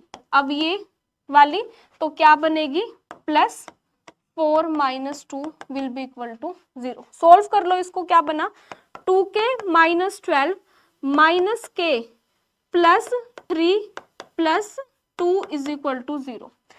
तो क्या बना यहां से, 2k - k किसके इक्वल आया मेरा, 2k - k is equal to k, और 5 -12 + 5 इज -7, तो यहाँ से k की वैल्यू जो है मेरी क्या आ गई, सीधे सीधे 7 आ गई। बहुत ही इजी क्वेश्चन था ये, आई डोंट थिंक सो कि इससे इजी क्वेश्चन जो है आपके पीजीटी में बन सकता था सिस्टम ऑफ इक्वेशंस के ऊपर। तो यहाँ से सीधे सीधे ए ऑप्शन जो है आपका क्या आ गया, करेक्ट आंसर आ गया। A option will be your correct answer. ठीक है, नेक्स्ट देखो, नेक्स्ट क्वेश्चन करते हैं इसके बाद। नेक्स्ट क्वेश्चन में है, in a class 30 students are studying mathematics. Math पढ़ने वाले कितने हैं, 30। कंप्यूटर पढ़ने वाले कितने हैं, 25। और मैथ और कंप्यूटर दोनों पढ़ने वाले कितने हैं, 15। तो मुझे बताने हैं कि टोटल नंबर ऑफ स्टूडेंट्स कितने होंगे क्लास में। ठीक है, मैथ पढ़ने वाले 30, कंप्यूटर पढ़ने वाले 25, और अब इसमें से कुछ ऐसे भी होंगे जो मैथ और कंप्यूटर दोनों पढ़ रहे हैं। तो मुझे बताने हैं जो मैथ और number of students, total number of students बताने हैं। अब ऐसे बच्चे जो मैथ पढ़े या कंप्यूटर पढ़े वो कितने होंगे, n of m plus n of c minus n of m intersection c। ठीक है, अब ये कितना है, 30 प्लस 25 माइनस 15, तो ये क्या बना, 55 माइनस 15, तो कितना बना, 55 माइनस 15 दैट इज 40। लेकिन ये 40 वो स्टूडेंट है जिसमें मैथ या तो मैथ पढ़े या कंप्यूटर पढ़े। ठीक है, वो वाले या तो बच्चे मैथ पढ़ रहे हैं या कंप्यूटर पढ़ रहे हैं। कॉमन वाले जो है हमने क्या कर दिए हैं, ऑलरेडी सब्ट्रैक्ट कर दिए हैं। ठीक है, तो अब यहाँ पे कौन सा, कितना 40 आ गया, तो कौन सा ऑप्शन है जो हमें 40 दे रहा है, यहाँ पे बी ऑप्शन जो है हमें 40 दे रहा है। तो यहाँ से बी ऑप्शन जो है मेरा क्या हो जाएगा, करेक्ट आंसर हो जाएगा। B option will be my correct answer. ठीक है, नेक्स्ट है, the variance of 20 observations is 5। ठीक है, if each observation is multiplied by 2 then the new variance of the resulting observation is। अब देखो, अगर वेरिएंस है 20 ऑब्जर्वेशंस की, 20 ऑब्जर्वेशंस की वेरिएंस कितनी है, 5 है, और हर ऑब्जर्वेशन को मैंने क्या मल्टीप्लाई कर दिया 2 से, then the new variance of the resulting observation is. अब रिजल्टिंग ऑब्जर्वेशन की न्यू वेरिएंस जो है मैंने बतानी है। अब यहाँ पे देखो 20 ऑब्जर्वेशन थी, हर ऑब्जर्वेशन को मल्टीप्लाई किया है 5 से, तो वेरिएंस के फॉर्मूला में जो है आप समीशन 5 कर दोगे और वहां से सिर्फ आपको जो है कैलकुलेट करना है। इजीली जो है आप ये कैलकुलेट कर सकते हो, सिर्फ कैलकुलेशन क्वेश्चन था, तो नई वेरिएंस क्या होगी वो चीज जो है आपको बतानी। ठीक है, क्लियर है। नेक्स्ट है, if one of the regression coefficient is greater than 1 then the other must be। अब एक रिग्रेशन कोफिशिएंट जो है मेरा ग्रेटर देन 1 है, तो अनदर क्या होगा, another should be less than 1। अब एक चीज हमेशा ध्यान रखना कि जो मेरे रिग्रेशन कोफिशिएंट होते हैं दोनों सेम साइन के होते हैं, both are of same sign. ठीक है, या तो दोनों पॉजिटिव होंगे या फिर दोनों मेरे क्या होंगे, नेगेटिव होंगे। लेकिन वैल्यू जो है वेरी करती है, एक बड़ा होता है एक छोटा होता है। तो एक रिग्रेशन कोफिशिएंट ग्रेटर देन 1 है तो दूसरा जो है फॉर श्योर लेस देन 1 होगा। तो यहाँ से बी ऑप्शन जो है मेरा क्या हो जाएगा, करेक्ट आंसर हो जाएगा। B option will be my correct answer. ठीक है, क्लियर है सबको। आई डोंट थिंक सो किसी बच्चे को जो है इस क्वेश्चन में कोई डाउट होगा, बहुत ही इजी क्वेश्चन जो है था ये। नेक्स्ट है, a die is tossed if the number is odd. एक डाई को टोस्ट करने पे आउटकम बता दिए हैं सारे। टोटल आउटकम क्या है मेरे, टोटल आउटकम ओड नंबर आना, दैट इज या तो 1 आए या 3 आए या 5 आए। ठीक है, then the probability that it is prime. तो प्राइम आने की क्या है, या तो 3 आए या 5 आए। तो प्रोबेबिलिटी क्या होगी, फेवरेबल आउटकम। बहुत ही इजी क्वेश्चन था। Favourable outcome by total number of outcome. तो फेवर में कितने हैं, 2 और टोटल कितने हैं, 3। तो प्रोबेबिलिटी मेरी क्या हो जाएगी, बेसिकली 2/3 हो जाएगी। तो क्या है, क्या ऑप्शन जो है आंसर आ गया मेरा, सी ऑप्शन जो है यहां से आंसर आ गया 2/3। सी ऑप्शन जो है मेरा क्या आएगा आंसर। ठीक है, क्लियर है। नेक्स्ट देखो, the set 1 5 7 11 is a group with respect to multiplication modulo.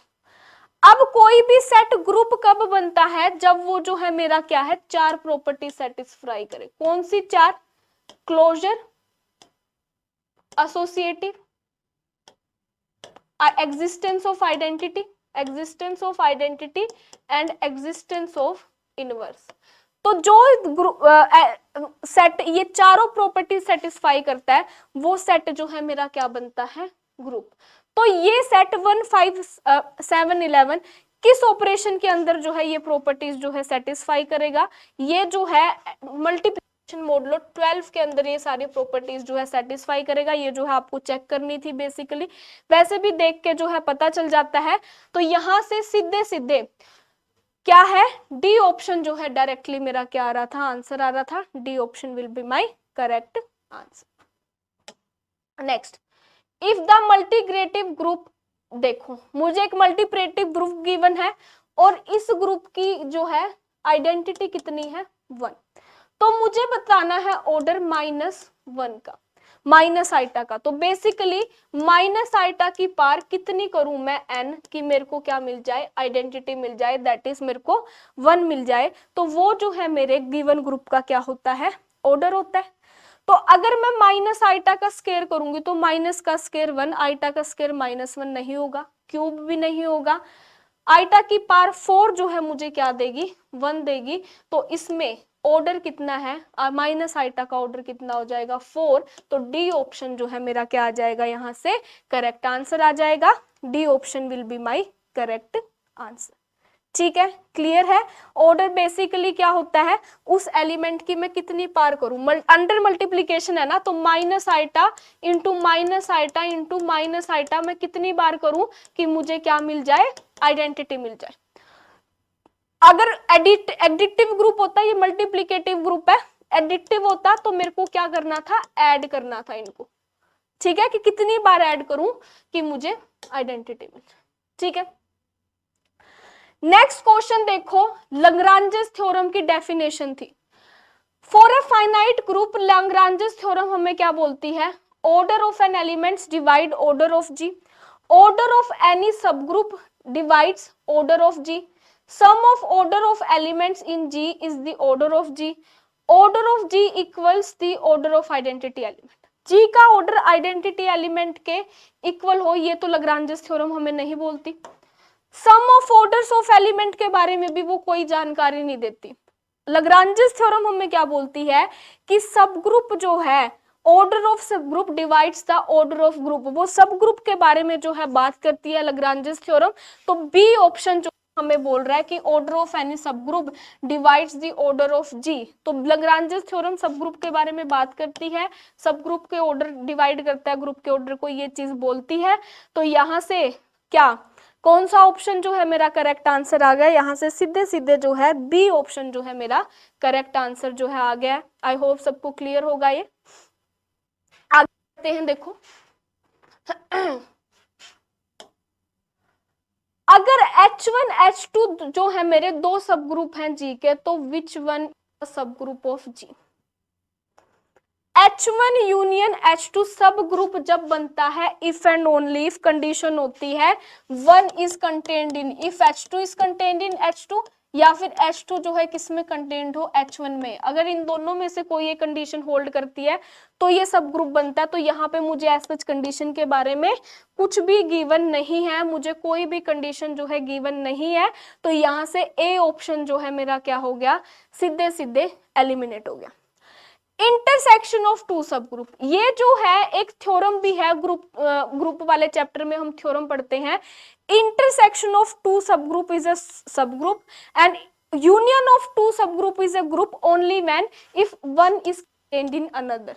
तो ये तो हमेशा इंटरसेक्शन तो जो है हमेशा हर केस में, जितने भी हमारे केसेस है, हर केस में जो है क्या बनती है, सब ग्रुप बनती ही बनती है। तो से बी ऑप्शन जो है क्या हो जाएगा, इंटरसेक्शन जो है वो भी गिवन सेट जी का जो है क्या बनेगी, सब ग्रुप बनेगी। ठीक है, क्लियर है सबको। नेक्स्ट है a question group is always defined. अब ये जो क्वेश्चन था मेरे को इसमें थोड़ी सी जो है वो थी इसके जो लिखने का तरीका था उसमें जो है थोड़ी सी कंफ्यूजन थी। Question group is always defined except, यहाँ पे एक एक्सेप्ट वर्ड यूज किया है, possibly when the group is. अब क्वेश्चन ग्रुप हमेशा डिफाइन होगा। अब इस एक्सेप्ट को मैं ऐसे पढ़ूंगी कब नहीं डिफाइन होगा, क्वेश्चन ग्रुप हमेशा डिफाइन होगा लेकिन इनमें से किस केस में नहीं होगा। अब क्वेश्चन ग्रुप जो है हमेशा नॉर्मल ग्रुप के लिए डिफाइन होता है, नॉर्मल ग्रुप्स के लिए जो है हमेशा क्वेश्चन ग्रुप डिफाइन होता है। तो अबिलियन के जितने भी ग्रुप होते हैं सारे, अबिलियन ग्रुप के जितने भी सब ग्रुप होते हैं सारे नॉर्मल होते हैं, तो इसके लिए डिफाइन है, ये ऑप्शन गलत। साइक्लिक है इसका मतलब अबिलियन है, इसका मतलब सारे ग्रुप नॉर्मल है, तो ये भी। प्राइम ऑर्डर के जितने भी ग्रुप होते हैं सारे अबिलियन होते हैं, तो सबके सब ग्रुप नॉर्मल होते हैं। तो नॉन अबिलियन ग्रुप में ही जो है हर सब ग्रुप नॉर्मल नहीं होता, तो इसके लिए जो है क्वेश्चन ग्रुप जो है डिफाइन नहीं होगा। तो यहां से डी ऑप्शन जो है मेरा क्या आ जाएगा, करेक्ट आंसर आ जाएगा। D option will be my correct answer. ठीक है, नेक्स्ट देखो, लास्ट क्वेश्चन है हमारा आज की क्लास का। Which one of the following is not a ring with respect to usual addition and multiplication? ज्यादा कुछ करने की जरूरत ही नहीं थी, पहला ऑप्शन पढ़ो, इवन इंटीजर। इसमें क्या होंगे 2 4 6 8 -2 -4, आइडेंटिटी नहीं है इसमें, 1 ही नहीं है ना, 1 है इसमें, तो अंडर मल्टीप्लीकेशन आइडेंटिटी नहीं एग्जिस्ट करेगी, तो अंडर मल्टीप्लीकेशन ये ग्रुप ही नहीं होगा, आइडेंटिटी नहीं बनेगी, तो ये रिंग नहीं बनेगी। तो पहला ऑप्शन ए, और कहीं मुझे जाने की जरूरत ही नहीं पड़ी कि जो इवन इंटीजर्स का सेट है वही जो है मेरा रिंग नहीं बन रहा है। तो यहां से सीधे सीधे जो है ए ऑप्शन जो है मेरा क्या आ गया, करेक्ट आंसर आ गया। A option will be my correct answer. So this is all about previous year solution 2016 का पीजीटी का जो ये पेपर था।